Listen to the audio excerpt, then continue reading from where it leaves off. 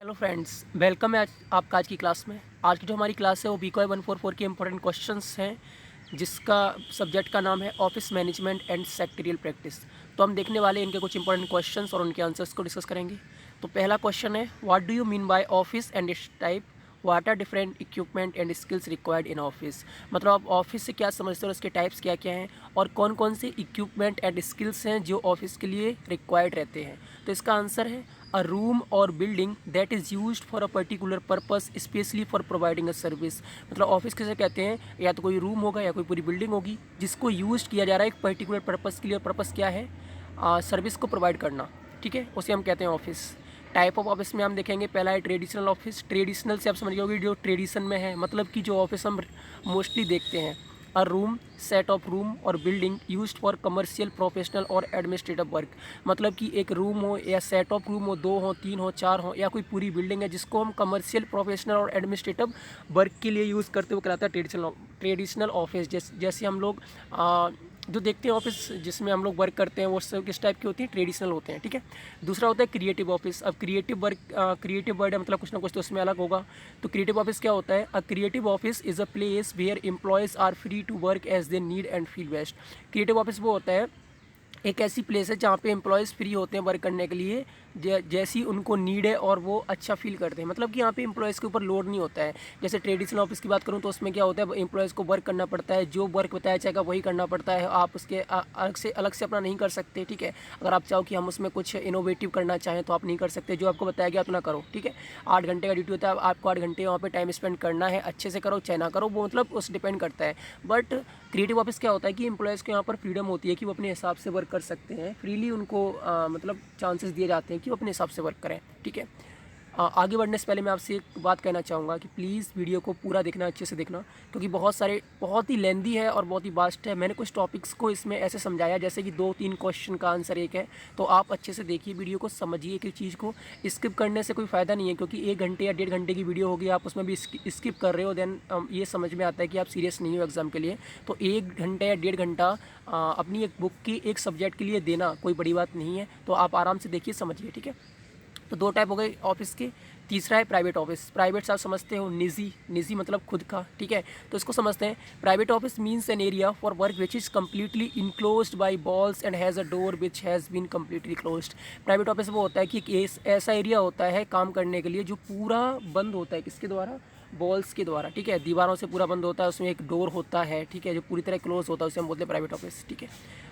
चौथा जो है वो है को वर्किंग ऑफिस। को मिस होता है साथ में, वर्किंग मिस काम करना, ऑफिस मतलब कार्यालय। ठीक है। तो कुछ ना कुछ दिमाग में सेंस आ रहा होगा कि एक साथ काम करने वाला ऑफिस। समझते हैं इसको भी।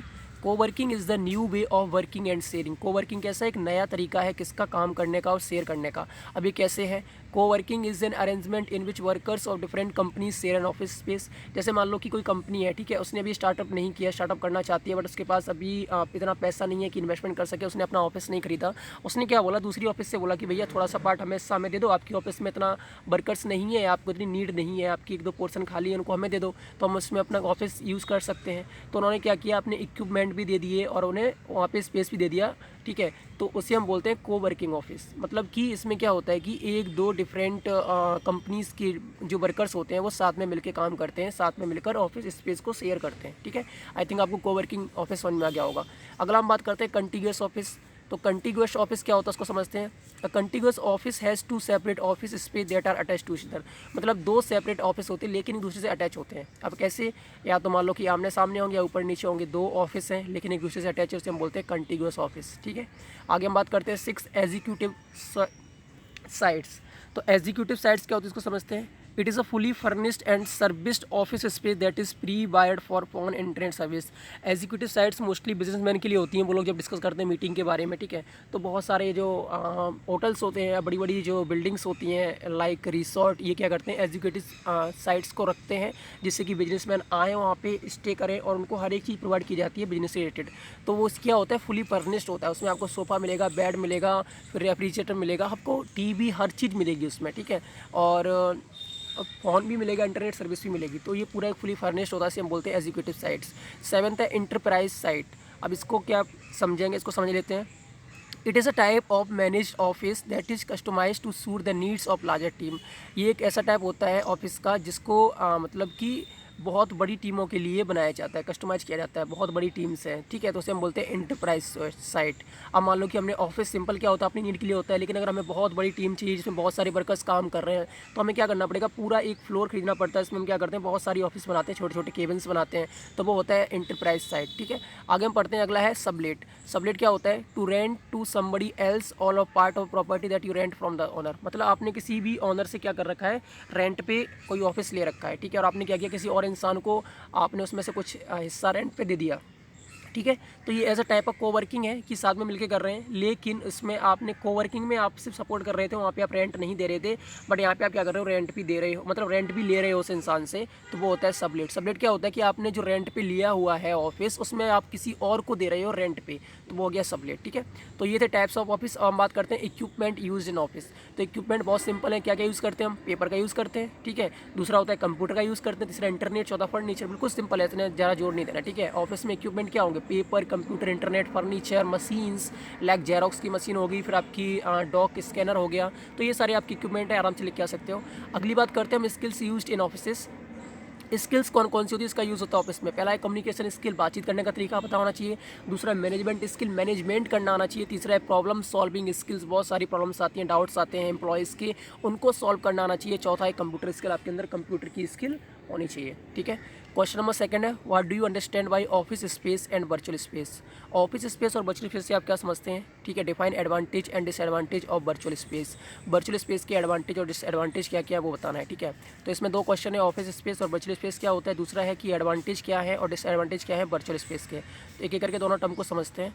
तो ऑफिस स्पेस होता है, office space basically refers to a building that can be used in office. मतलब कि कोई बिल्डिंग है, कोई रूम है जिसको हमने ऑफिस के लिए बनाया, वो हो गया ऑफिस स्पेस, ठीक है। ऑफिस मीन्स कार्यालय, स्पेस मीन्स जगह, मतलब जो ऑफिस के लिए जगह है उसे हम बोलते हैं ऑफिस स्पेस, ठीक है। वर्चुअल स्पेस क्या होता है, वर्चुअल जो वर्ड है वो आपका होता है जो हम ऑनलाइन जो भी करते हैं, मतलब ऐसा ऑफिस जो ऑनलाइन हो, सिंपल भाषा में समझ लो, ठीक है।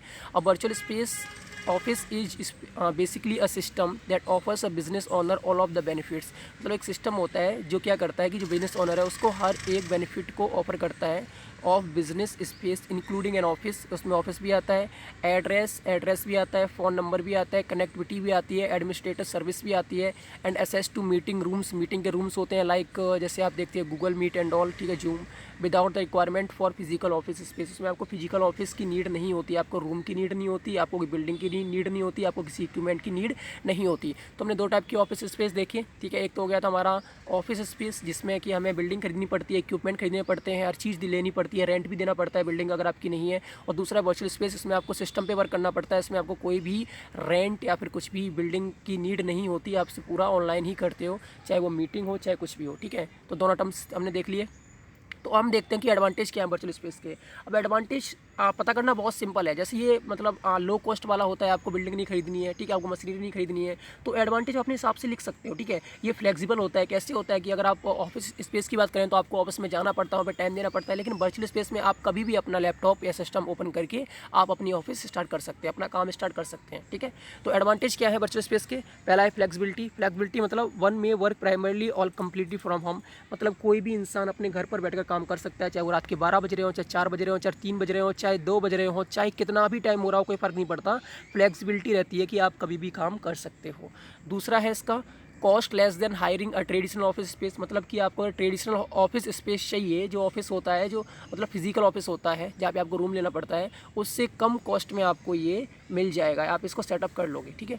तीसरा है एसेस टू एडिशनल सर्विसेज। इसमें बहुत सारी सर्विसेज का मतलब एसेस रहता है, जैसे कि वर्चुअल असिस्टेंट, आपको कोई असिस्टेंट चाहिए वर्चुअली, वो भी आपको मिल जाएगा।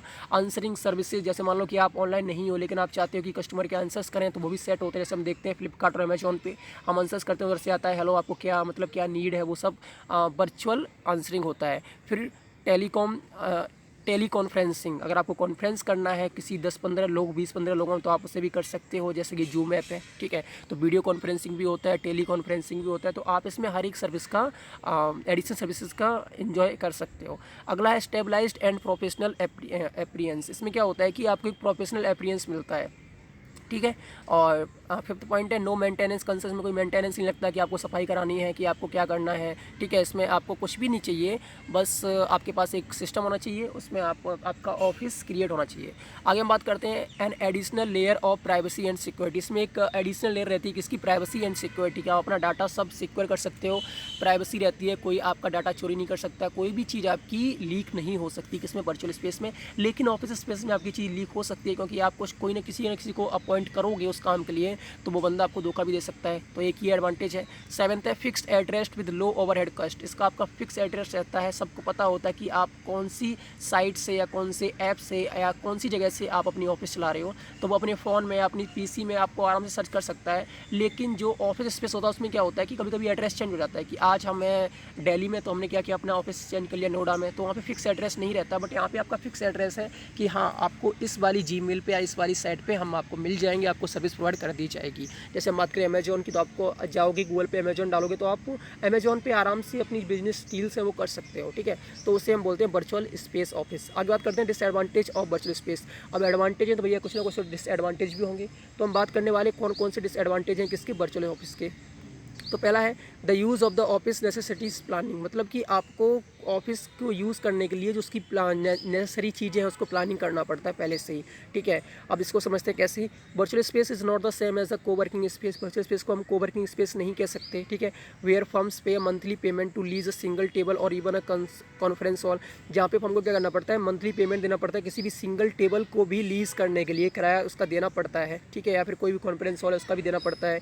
If a business want to hold a meeting at the office, अगर बिजनेस को ऑफिस में मीटिंग होल्ड करना है किसमें, वर्चुअल स्पेस में, तो उसको क्या करना पड़ेगा, पहले से ही अपना शेड्यूल बनाना पड़ेगा टाइम से पहले, और कॉन्फ्रेंस रूम अवेलेबल है या नहीं है वो भी देखना पड़ेगा। बात समझ में आ रही है। जैसे आपका खुद का ऑफिस है, फिजिकल ऑफिस, तो आप क्या कर सकते हो, आराम से अपनी बिजनेस मीटिंग्स कर सकते हो, ठीक है। कोई भी चीज़ आप आराम से कर सकते हो, क्योंकि आपका ऑफिस ऑलरेडी है। लेकिन आपको वर्चुअल स्पेस में क्या करना पड़ता है, जैसे आपको मीटिंग चाहिए फिजिकली, लोगों को बुलाकर मीटिंग चाहिए, तो आपको पहले से कॉन्फ्रेंस हॉल बुक करना पड़ता है, आपको बहुत सारे अरेंजमेंट करने पड़ते हैं, क्योंकि आपके पास पहले से ऑफिस नहीं है और आपको ये सारा चीज़ पहले से ही प्लान करनी पड़ती है। तो इसका एक पहला डिसएडवांटेज है। दूसरा बात करते हैं देयर में भी लिमिटेड सर्विस अवेलेबल। वहाँ पे क्या है, लिमिटेड सर्विसेज होती हैं अवेलेबल, ठीक है। आपको ज़्यादा सर्विसेज वहाँ पे नहीं मिलेंगी, कुछ लिमिटेड सर्विसेज होती हैं। तीसरा असेस माइट बी रिस्ट्रिक्टेड, जो आप असेस कर रहे हो, ठीक है, आप सेंड कर रहे हो, कुछ भी कर रहे हो, वो रिस्ट्रिक्टेड हो सकता है, क्योंकि ये ऑनलाइन है। ऑनलाइन में आपका डाटा क्या पता सेंड ना हो, या आपका नेट कनेक्शन अगर लो है तो आपका जो भी असेस है वो नहीं चलेगा। तो ये एक इसका डिसएडवांटेज है। अगला है वर्किंग इन डिफरेंट प्लेसेस। आप डिफरेंट प्लेसेस पे वर्क नहीं कर सकते, किसमें, अपने इस वर्चुअल स्पेस में आपको ही वर्क करना पड़ेगा, कोई दूसरा आपकी ऑफिस को नहीं रन कर सकता, ठीक है, जब तक आप शेयर नहीं करते। तो ये सारे डिसएडवांटेज हैं किसके, वर्चुअल ऑफिस के।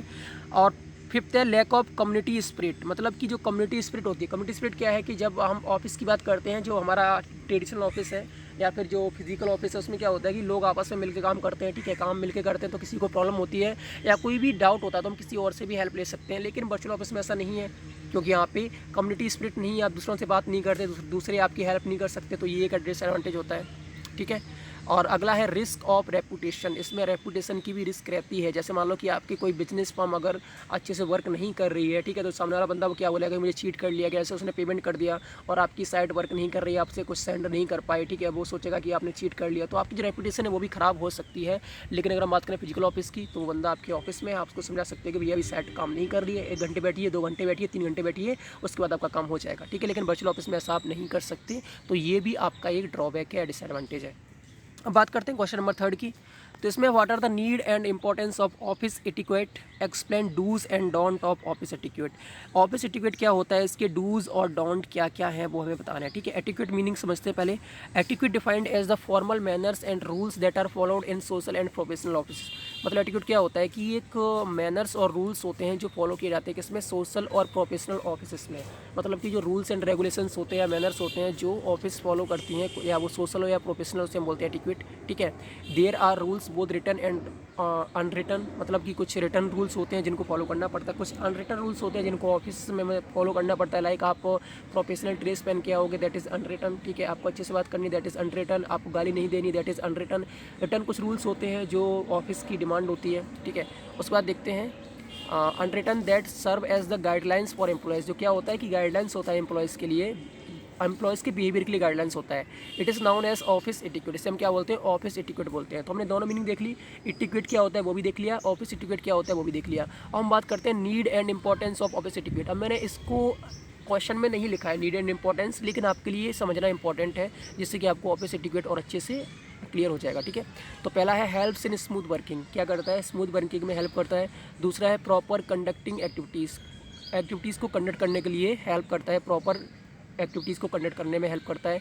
तीसरा है helps in follow rules and regulations को फॉलो करने में हेल्प करता है। चौथा है नो स्टीलिंग फ्रॉम ऑफिस, कोई भी चोरी नहीं होती ऑफिस से, क्योंकि आपने एटिक्यूट में बता रखा है कि यहाँ से कोई स्टीलिंग नहीं करनी है, मैनर्स आपने सिखा रखे हैं। अगला है रिस्पेक्टफुल एनवायरनमेंट अमंग एम्प्लॉयज़ के बीच में रिस्पेक्टफुल एनवायरनमेंट रहता है, ठीक है, एटिक्यूट की वजह से।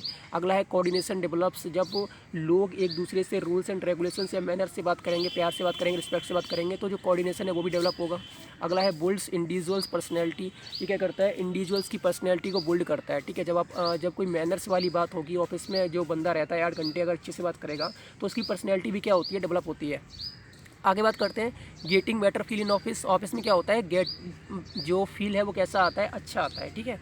तो ये सारे इसके थे इंपॉर्टेंस, जिसको मैंने बताना इंपॉर्टेंट समझा। क्वेश्चन में ऐड नहीं है बट आपको समझना ज़रूरी है, बाई चांस क्वेश्चन आ सकता है इंपॉर्टेंस ऑफ एटिक्यूट का, तो अगर एटिक्यूट भी आ गया तो आप इससे अच्छे से एक्सप्लेन कर सकते हो, इसलिए मैंने इंपॉर्टेंस को रखा था। अब बात करते हैं dos and don't of office etiquette, office etiquette में क्या करना चाहिए क्या नहीं करना चाहिए उसकी बात करते हैं। The various dos of office etiquette are following, जो बहुत सारे डूज़ हैं उनको पहले समझ लेते हैं। पहला है reach office on time, office time पे पहुंचना चाहिए।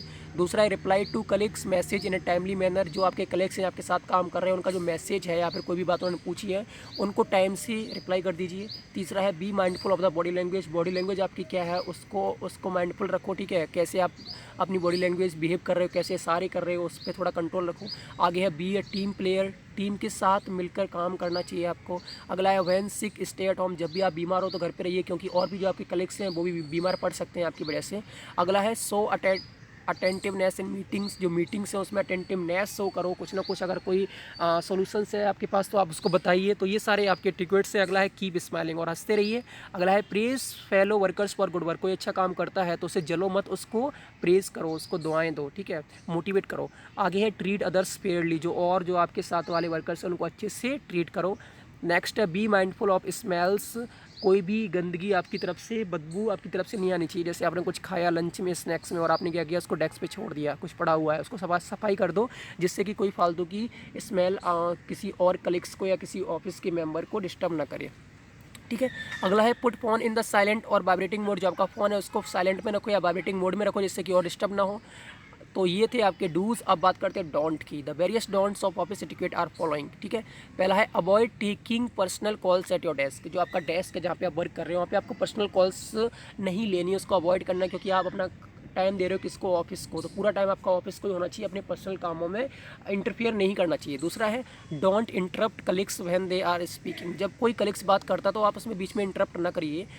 तीसरा पॉइंट है अवॉइड गॉसिप अबाउट अदर्स, दूसरों के बारे में बात करना बंद करिए, ठीक है, अपने काम पे ध्यान दीजिए। अगला है never ever drink alcohol and smoke while at work, जब आप वर्क पे रहते हो तो कभी भी ड्रिंक ना करो और ना ही अल्कोहल ना कोई स्मोक करो जब आप वर्क पे हो। नेक्स्ट पॉइंट है don't leave tissues lying around, जब आप टिश्यूज़ यूज़ करते हो अपना माउथ या हैंड को क्लीन करने के लिए, उसको इधर उधर मत फेंकिए, आप जाके डस्टबिन में डाल दीजिए, क्योंकि ये थोड़ा सा गंदगी बढ़ाता है। तो ये सारे डोंट्स थे। अब बात करते हैं क्वेश्चन नंबर 4 की। What do you mean by office organization, explain forms and type of office organization. Office organization से आप क्या समझते हो, इसके फॉर्म्स एंड टाइप्स क्या हैं ऑफिस ऑर्गेनाइजेशन के, ठीक है। तो इसके आंसर्स देख लेते हैं। ऑफिस ऑर्गेनाइजेशन, ऑफिस को ऑर्गेनाइज करना, कहीं ना कहीं मायने में आ रहा है, ऑर्गेनाइजेशन मतलब ऑर्गेनाइज, तो ऑफिस को ऑर्गेनाइज करना, कुछ ना कुछ दिमाग में आ रहा है, तो आपको बस ऐसी किसी भी टर्म्स को पहले आपको समझना है कि टर्म्स कहना क्या चाहता है, उसके बाद आप आराम से आंसर लिख सकते हो, ठीक है। ऑर्गेनाइज करने के लिए हमें क्या क्या चाहिए, तो organization is a group of people, क्या चाहिए, लोगों का ग्रुप चाहिए, ठीक है, who are cooperating under the direction of leadership, जो कि क्या करते हैं, किसी लीडरशिप के अंडर कोऑपरेट करते हैं, ठीक है, एक साथ मिलकर काम करते हैं। For the accomplished of common and, जिससे कि वो उनका एक कॉमन गोल होता है उसके लिए वर्क करते हैं। तो ऑफिस ऑर्गेनाइजेशन क्या होता है कि ग्रुप ऑफ पीपल होता है जो किसी एक लीडर के अंदर क्या करते हैं, वर्क करते हैं, किस लिए, जिससे कि उनका सेम गोल होता है उसके लिए वर्क करते हैं, वो गोल कुछ भी हो सकता है। ठीक है। तो ये होता है ऑफिस ऑर्गेनाइजेशन। अब बात करते हैं इंपॉर्टेंस ऑफ ऑफिस ऑर्गेनाइजेशन की। पहला है अचीवमेंट्स ऑफ ऑफिस ऑब्जेक्टिव। पहला देखो सिंपल है कि आपको ऑफिस का जो ऑब्जेक्टिव है, जो गोल है, उसको अचीव करना है।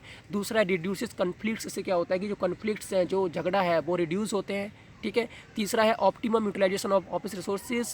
जब ऑफिस के लोग साथ मिलकर काम करेंगे तो जो यूटिलाइजेशन है ऑफिस के रिसोर्सेज का, वो कैसा होगा, ऑप्टिमम होगा, मैक्सिमम होगा। अगला है फैसिलिटेट ग्रोथ। इससे क्या होता है, ग्रोथ बढ़ती है। फिफ्थ है इफेक्टिव कम्युनिकेशन। और क्या होता है कि जो कम्युनिकेशन वो कैसा होता है, इफेक्टिव होता है। तो ये सारे थे इंपॉर्टेंट ऑफ ऑफिस ऑर्गेनाइजेशन। आगे बात करते हैं form and type of office organization. मैंने इसमें शायद क्वेश्चन में इंपॉर्टेंस नहीं पूछा था, बट मैंने आपको बता दिया जिससे कि आपको ऑफिस ऑर्गेनाइजेशन अच्छे से समझ में आ जाए, ठीक है। तो मैंने बहुत सारे क्वेश्चन में कुछ ना कुछ ऐड किया है, ठीक है। बहुत सारे क्वेश्चंस ऐसे हैं जो बहुत जगह थे, उनको मैंने एक क्वेश्चन में समेटा है। तो आपको देखना पड़ेगा एक एक टर्म्स की मैं कैसे बता रहा हूँ, और उस हिसाब से आप फॉलो करके आइए, ठीक है। क्योंकि बहुत ही लेंदी सब्जेक्ट है। मैं नहीं चाहता था कि मैं इसमें 50-60 पेज भरूँ, तो 39 पेजेस में समेटना, पूरी बुक को मैंने कवर किया है। तो बहुत ही मतलब बहुत मुश्किल से हो पाया है। तो उसको अच्छे से समझिए आप चीज़ों को कि हमें कैसे आंसर्स करना है, ठीक है।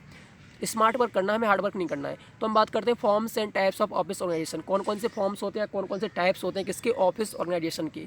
अगर क्वेश्चन आता है फॉर्म्स ऑफ ऑफिस ऑर्गेनाइजेशन या फिर क्वेश्चन आता है टाइप्स ऑफ ऑफिस ऑर्गेनाइजेशन, आपके लिए आंसर सेम है। तो पहला है लाइन ऑर्गेनाइजेशन। इसको समझते हैं। Line organization is the oldest and simplest type of organization. जो लाइन ऑर्गेनाइजेशन है वो कैसा है, ओल्डेस्ट और सिंपलेस्ट है। जहाँ पे आपके पास ओल्डेस्ट एंड सिंपलेस्ट है, आप समझोगे सर ये वो तो नहीं है जहाँ पे पहले बड़ी पोस्ट का होता है, फिर उससे नीचे छोटी पोस्ट का, फिर उससे छोटी पोस्ट का, फिर उससे छोटी पोस्ट का, बड़ी पोस्ट वाला छोटी पोस्ट को डांटता है, फिर वो उससे ये तो नहीं है। हाँ, ये वही है, ठीक है। In this organization line of authority और line of command flows from top to bottom. इसमें क्या होता है कि जो लाइन ऑफ अथॉरिटी है या लाइन ऑफ कमांड है, वो कैसे फ्लो करता है, फ्रॉम टॉप टू बॉटम, मतलब ऊपर से नीचे फ्लो करता है। इसमें ऐसा नहीं है कि कोई भी किसी को भी बोल दे, ऊपर से नीचे जो अथॉरिटीज़ दी हैं गिवन, उनके बीच में क्या करता है, फ्लो करता है। दूसरा है फंक्शनल ऑर्गेनाइजेशन। फंक्शनल ऑर्गेनाइजेशन क्या होता है, इसको समझते हैं। In functional organization each employees instead of receiving orders from one supervisor या line manager receives orders from a group of specialist supervisor each of whom is an expert.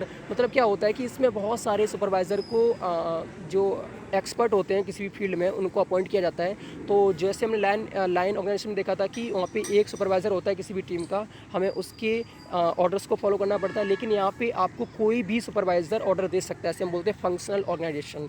मतलब कि बहुत सारे जैसे सेल्स का, प्रोडक्शन का, डिफरेंट जो departments हैं, उनमें हर एक सुपरवाइज़र को या हर एक लीडर को अपॉइंट किया गया, उनकी वो उसमें एक्सपर्ट होते हैं। तो ठीक है। तो अगर लाइन सुपरवाइज़र की बात करें, अगर आप सेल्स के हो तो आपको सेल्स मैनेजर की सुननी पड़ेगी। लेकिन अगर हम बात करें फंक्शनल ऑर्गेनाइजेशन की, ठीक है, तो इसमें क्या है, अगर प्रोडक्शन वाला भी आपसे बोलता है, अगर आप सेल्स की हो और प्रोडक्शन वाला आपसे कुछ बोलता है, तो आपको उसकी सुननी पड़ेगी, क्योंकि ये फंक्शनल ऑर्गेनाइजेशन है। आई थिंक आपको समझ में आ गया होगा, ठीक है। तो इसमें क्या होता है कि किसी भी सुपरवाइज़र से आपको कोई ऑर्डर रिसीव होता है और आपको उसकी सुननी पड़ती है, ठीक है। अगली बात करते हैं, थर्ड जो हमारा है उसको देखते हैं, लाइन एंड स्टाफ ऑर्गेनाइजेशन। इसमें क्या है, लाइन भी है और स्टाफ भी है। इसको हम समझते हैं कि ये क्या है। A line staff organization is a structure that distributes work responsibility from upper management to lower labour employees. मतलब क्या होता है कि लाइन एंड स्टाफ, इसमें क्या है कि जो अपर लेवल के जो लोग हैं, उनकी कुछ रिस्पॉन्सिबिलिटीज़ को लोअर लेवल के एम्प्लॉयज़ में डिस्ट्रीब्यूट कर दिया जाता है, जिससे कि ज़्यादा लोड ना हो। मतलब कि कुछ अपर जो लेवल्स के काम है वो नीचे वाले भी कर सकते हैं, उनको डिस्ट्रीब्यूट किया जाता है। तो इसे हम बोलते हैं लाइन एंड स्टाफ ऑर्गेनाइजेशन, ठीक है। आगे हम बात करते हैं कमिटी ऑर्गेनाइजेशन। तो कमिटी ऑर्गेनाइजेशन क्या होता है, कमिटी से आप समझ रहे हो, कमिटी मतलब ये कोई समुदाय, मतलब कोई ग्रुप समझते हैं इसको भी। In a committee form of organization a group of managers come together to discuss a problem. मतलब क्या होता है कि group of managers, different departments के मैनेजर क्या आते हैं, एक साथ आते हैं और किसी भी प्रॉब्लम को डिस्कस करते हैं, ठीक है। Decide a course of action, उसमें क्या करते हैं, कोई डिसीजन लेते हैं। And then recommend solutions to line manager, फिर क्या करते हैं कि जो सॉल्यूशंस हैं वो अपने जो लाइन मैनेजर्स हैं उनको क्या करते हैं, रिकमेंड करते हैं। कमिटी ऑर्गेनाइजेशन क्या होता है कि डिफरेंट डिपार्टमेंट्स के मैनेजर एक साथ आते हैं, किसी प्रॉब्लम को सॉल्यूशंस, मतलब किसी प्रॉब्लम्स को सॉल्व करने के लिए सारे मीटिंग्स करते हैं। उसके बाद जो भी सॉल्यूशन आता है उसको फिर आगे रिकमेंड करते हैं, तो वो हम बोलते हैं कमिटी ऑर्गेनाइजेशन, ठीक है। तो ये 4 टाइप के ऑर्गेनाइजेशन थे। अगर मैं बुक की बात करूँ तो चारों की डेफिनेशंस दी गई है, चारों के एडवांटेज एंड डिसएडवांटेज दिए गए हैं। क्वेश्चंस आपका कहीं से भी आ सकता है, लेकिन आप अगर चारों के एडवांटेज डिसएडवांटेज मैं लिख के बैठता तो बहुत ही लेंथी हो जाता। इसलिए इन चारों में कुछ ना कुछ कॉमन एडवांटेज एंड डिसएडवांटेज हैं। अगर आपके पास अगर आता है क्वेश्चन इनमें से एडवांटेज, तो आप नीचे कुछ कॉमन एडवांटेज एंड डिसएडवांटेज मैंने दे रखे हैं, आप उनसे आराम से बता सकते हैं, कोई प्रॉब्लम नहीं आएगी। किसी भी ऑर्गेनाइजेशन के टाइप में आप इनको डाल सकते हैं। तो पहला है बेटर कोऑर्डिनेशन। कोई भी ऑर्गेनाइजेशन है अगर वर्क कर रहा है तो किस लिए करता है? बेटर कोऑर्डिनेशन के लिए, उनमें आपस में कोऑर्डिनेशन हो इसलिए। दूसरा है मोटिवेशन रहता है। तीसरा है बेटर एक्सेप्टेंस ऑफ डिसीजंस को अच्छे से एक्सेप्ट कर सकते हैं। चौथा है बेटर कम्युनिकेशन रहता है। पाँचवा है बेटर डिसीजंस को अच्छे से ले सकते हैं। और 6 पॉइंट है बेटर मैनेजमेंट अच्छे से होता है। अगर आप 6 पॉइंट्स भी लिख के आ जाओगे तो आपका आराम से हो जाएगा, इनको अच्छे से एक्सप्लेन कर देना। तो ये कॉमन एडवांटेज हैं किसी भी टाइप का, अगर आपसे ऑर्गेनाइजेशन का टाइप पूछा जा सकता है तो, और मुझे लगता था कि पूछा जा सकता है, इसलिए मैंने इसमें आपको कॉमन दे दिए हैं जिससे कि आपका टाइम वेस्ट ना हो। अब बात करते हैं common disadvantage of all types of organization. जितने भी ऑर्गेनाइजेशन हैं उनमें कॉमन डिसएडवांटेजेस क्या हैं?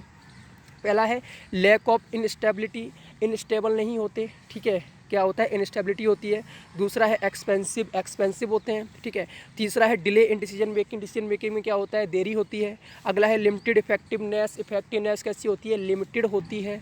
और नेक्स्ट की बात करें तो है डिफ़िकल्टी इन फिक्सिंग रिस्पॉन्सिबिलिटीज़ को फिक्स करने में क्या होता है? डिफ़िकल्टी होती है। तो ये सारे आपके डिसएडवांटेज हैं। आप किसी भी टाइप्स के जो भी ऑर्गेनाइजेशन है किसी भी टाइप में आप इनको लिख के आ सकते हो, आपके मार्क्स नहीं कटेंगे।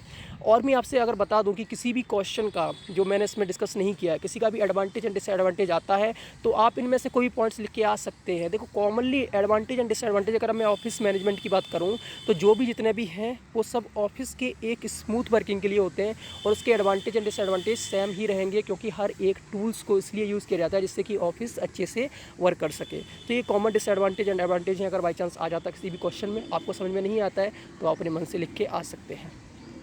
अब बात करते हैं क्वेश्चन नंबर 5 की। Explain office management and it's type.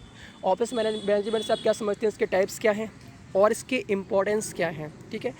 Office management and its importance क्या है, what are the objective and function of office management, ठीक है। टाइप्स नहीं है।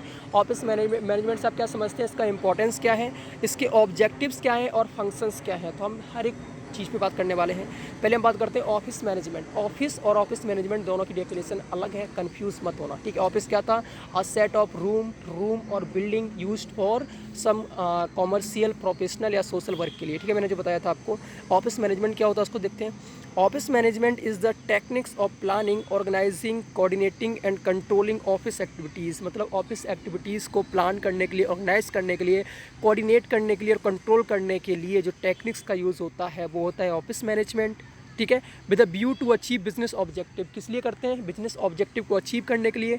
And is concerned with efficient and effective performance of the office work. और ये क्या करता है? जिससे कि ऑफिस जो वर्क है वो कैसा हो? इफेक्टिव हो और इफ़िशियंट हो, जो परफॉर्मेंस है किसका? ऑफिस का जो वर्क है उसका, ठीक है। तो ऑफिस मैनेजमेंट क्या होता है? ये एक टेक्निक होती है किस लिए? प्लानिंग करने के लिए, ऑर्गेनाइज करने के लिए, कोऑर्डिनेट करने के लिए, कंट्रोल करने के लिए। किसको? ऑफिस एक्टिविटीज़ को किस लिए करते हैं? एक बिजनेस ऑब्जेक्टिव होता है उसको अचीव करने के लिए, और इससे क्या होना चाहिए? इफेक्टिव और इफिशियंट परफॉर्मेंस रहना चाहिए जो भी हम वर्क कर रहे हैं ऑफिस का। तो ये आपका हो गया ऑफिस मैनेजमेंट। इंपॉर्टेंस की अगर मैं बात करूँ ऑफिस मैनेजमेंट की, तो हेल्प्स इन अचीविंग गोल्स को अचीव करने में हेल्प करता है। दूसरा है optimum utilisation of office resources. Office के रिसोर्सेज को का जो यूटिलाइजेशन होता है वो कैसा होता है? ऑप्टिमम होता है। तीसरा है कॉस्ट रिडक्शन, कॉस्ट को रिड्यूस करता है। चौथा है maintenance and enhance office efficiency. Office efficiency को मेंटेन करता है, ठीक है। एनहेंस मीन्स बढ़ाता है, मैक्सिमाइज करता है। फिफ्थ है स्मूथ फ्लो ऑफ वर्क। जो वर्क है उसका फ्लो कैसा रहता है? स्मूथ रहता है, आराम से होता है, कोई दिक्कत नहीं आती। सिक्स्थ है helping in managing public relations को मैनेज करने में हेल्प करता है। सेवन्थ है managing challenges for survival and growth. Survive रहने के लिए बिजनेस में और ग्रोथ करने के लिए बिजनेस में जितने भी चैलेंजेस आते हैं उनको मैनेज करता है। एट्थ है सपोर्ट इनोवेशन। अगर कोई इनोवेशन टेक्निक्स आप यूज़ करना चाहते हो उसमें उसको सपोर्ट करता है ऑफिस मैनेजमेंट, क्योंकि हम लोग सब डिसीजंस लेकर ही कोई काम करते हैं इसलिए। नाइन्थ है मैनेजिंग एक्टिविटीज़ प्रॉपर्ली। जितनी भी एक्टिविटीज़ हैं उनको प्रॉपर्ली क्या करता है? मैनेज करता है, हैंडल करता है। टेंथ है मैनेजिंग चेंज, ठीक है। जो भी चेंज होता है किसी भी ऑफिस में, ठीक है, उसको क्या करता है? मैनेज करता है, जिससे कि ऑफिस पे फ़र्क ना पड़े। तो ये सारे थे आपके जो भी ऑफिस इसके इंपॉर्टेंस ऑफिस मैनेजमेंट के। आगे बात करते हैं objective of office management. Office management के ऑब्जेक्टिव्स क्या होते हैं उनकी बात करते हैं। पहला है achievement of organisation goals. Organisation goals को अचीव करना इसका पहला ऑब्जेक्टिव होता है। दूसरा है optimum utilisation of office resources. Office resources को जो यूटिलाइजेशन वो कैसा होना चाहिए, ऑप्टिमम होना चाहिए। इंश्योरिंग ऑपरेशनल वर्क फोर्स, जितना भी काम हो रहा है उसका जो वर्क फ्लो है उसको इंश्योर करना इसका ऑब्जेक्टिव होता है। अगला है इफेक्टिव कम्युनिकेशन फ्लो, जो कम्युनिकेशन फ्लो कैसा होना चाहिए, इफेक्टिव होना चाहिए, ये ऑब्जेक्टिव होता है। नेक्स्ट है डेवलपमेंट ऑफ ह्यूमन रिसोर्स का डेवलपमेंट के लिए आपको ट्रेनिंग करना पड़ेगा, ये सारे ऑब्जेक्टिव्स होते हैं।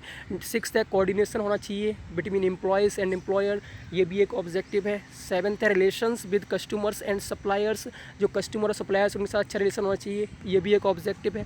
8th है बेटर ऑफिस एनवायरनमेंट, जो ऑफिस का एनवायरनमेंट वो कैसा होना चाहिए, बेटर होना चाहिए, ये भी एक ऑब्जेक्टिव है। तो ये सारे ऑब्जेक्टिव थे किसके, ऑफिस मैनेजमेंट के। अब हम बात करते हैं functions of office management. Office management के फंक्शंस क्या होते हैं उसकी बात करते हैं। पहला है प्लानिंग, ठीक है, it is deciding in advance what needs to be done. Planning क्या होता है कि इसको डिसाइड, किसी भी चीज़ को डिसाइड करना कि क्या करना चाहिए पहले से एडवांस में डिसाइड करना, क्या कहलाता है, प्लानिंग कहलाता है। When it will be done, कब किया जाएगा, how it will be done, कैसे किया जाएगा, where it will be done, कहाँ किया जाएगा, and who will do it, और कौन करेगा। मतलब कि क्या करना चाहिए, कहाँ करना चाहिए, कब करना चाहिए, कौन करेगा, ठीक है, ये सारी चीज़ों को पहले से डिसाइड करना क्या कहलाता है, प्लानिंग कहलाता है, जो कि फंक्शन है किसका, ऑफिस मैनेजमेंट का। आगे बात करते हैं ऑर्गेनाइजिंग। ऑर्गेनाइजिंग क्या होता है, organising refers to the process of identify करना, ऑर्डरिंग ऑर्डर करना, क्लासीफाइंग करना, ठीक है, एंड एलोकेट करना the actions to be perform for the achievement of office objective. मतलब कि ऑर्डर, क्लासीफाई और एलोकेटिंग, इन सब की जो एक्शंस हैं, ठीक है, किसके लिए, ऑफिस ऑब्जेक्टिव को अचीव करने के लिए, ठीक है, उस जो प्रोसेस होता है किसका, आइडेंटिफाई का, ऑर्डरिंग का, क्लासीफाइंग का और एलोकेटिंग का, और ये एक्शंस किस लिए होते हैं, जिससे कि ऑफिस का ऑब्जेक्टिव पाया जा सके। ये सारा क्या होता है, ऑर्गेनाइजिंग होता है, ठीक है, ऑर्गेनाइज करना। आगे बात करते हैं कोऑर्डिनेटिंग का। Coordinating functions of management is all about unifying the efforts and activities of different individuals, groups and departments in an office to achieve office objective. Coordinating क्या होता है कि जितने भी इंडिविजुअल्स या फिर ग्रुप्स हैं या टीम्स हैं, इन सभी का जो एफर्ट है, ठीक है, उसको एक साथ लेकर किसी भी वर्क में किसी भी वर्क के लिए उसको एक साथ लेना क्या कहलाता है, कोऑर्डिनेटिंग कहलाता है। और तो सिंपल समझते हैं, अब जैसे मान लो कि ऑफिस का जो ऑब्जेक्टिव है वो एक ही ऑब्जेक्टिव होता है ऑफिस का, कोई भी फर्म है, कोई बिजनेस का, उसका जो ऑब्जेक्टिव है एक ही रहता है। अब उसके एम्प्लॉयज़ अलग अलग ऑब्जेक्ट पे वर्क कर रहे हैं तो वो कोऑर्डिनेटिंग नहीं है। अगर वो सारे एक ही ऑब्जेक्ट पे वर्क करते हैं तो वो क्या है, कोऑर्डिनेटिंग है। और इससे क्या होगा, जो बिजनेस का जो भी उसका ऑब्जेक्टिव है वो जल्दी हम उसे अचीव कर सकते हैं। तो कोऑर्डिनेटिंग क्या होता है कि जितने भी उसमें एम्प्लॉयज़ हैं, चाहे वो इंडिविजुअल्स हों, ग्रुप्स हों या डिपार्टमेंट्स हों, उनका एक कॉमन गोल रहता है जिस पर वो क्या करते हैं, एफर्ट करते हैं, उसकी एक्टिविटीज़ करते हैं, उसे हम बोलते हैं कोऑर्डिनेटिंग। आगे हम बात करते हैं कंट्रोलिंग। कंट्रोलिंग वर्ड से समझ गए, कंट्रोल करना, ठीक है। तो कंट्रोल किसको करना है इसको देखते हैं। Controlling ensures that office objectives are being achieved in a predefined manner and as per the pre-decided time schedule। कुछ टाइम शेड्यूल हमने फिक्स किया था कि हमारे जो ऑब्जेक्टिव हैं ऑफिस के उनको इस टाइम तक हमें क्या करना है, अचीव करना है, ठीक है, और इस मैनर में करना है। तो कंट्रोलिंग ये इंश्योर करता है कि जो ऑफिस के ऑब्जेक्टिव थे वो अचीव्ड हुए या नहीं हुए उस टाइम में और उस मैनर में, तो इसे हम बोलते हैं कंट्रोलिंग। तो आई थिंक आपको क्वेश्चन नंबर 5 क्लियर हो गया होगा। अब बात करते हैं क्वेश्चन नंबर 6 की। What are the duties and responsibilities of office manager, defined roles and qualities of office manager. ये यूनिट ऐसी है जिसमें हर एक टर्म, हर एक दी हुई चीज़ इंपॉर्टेंट है।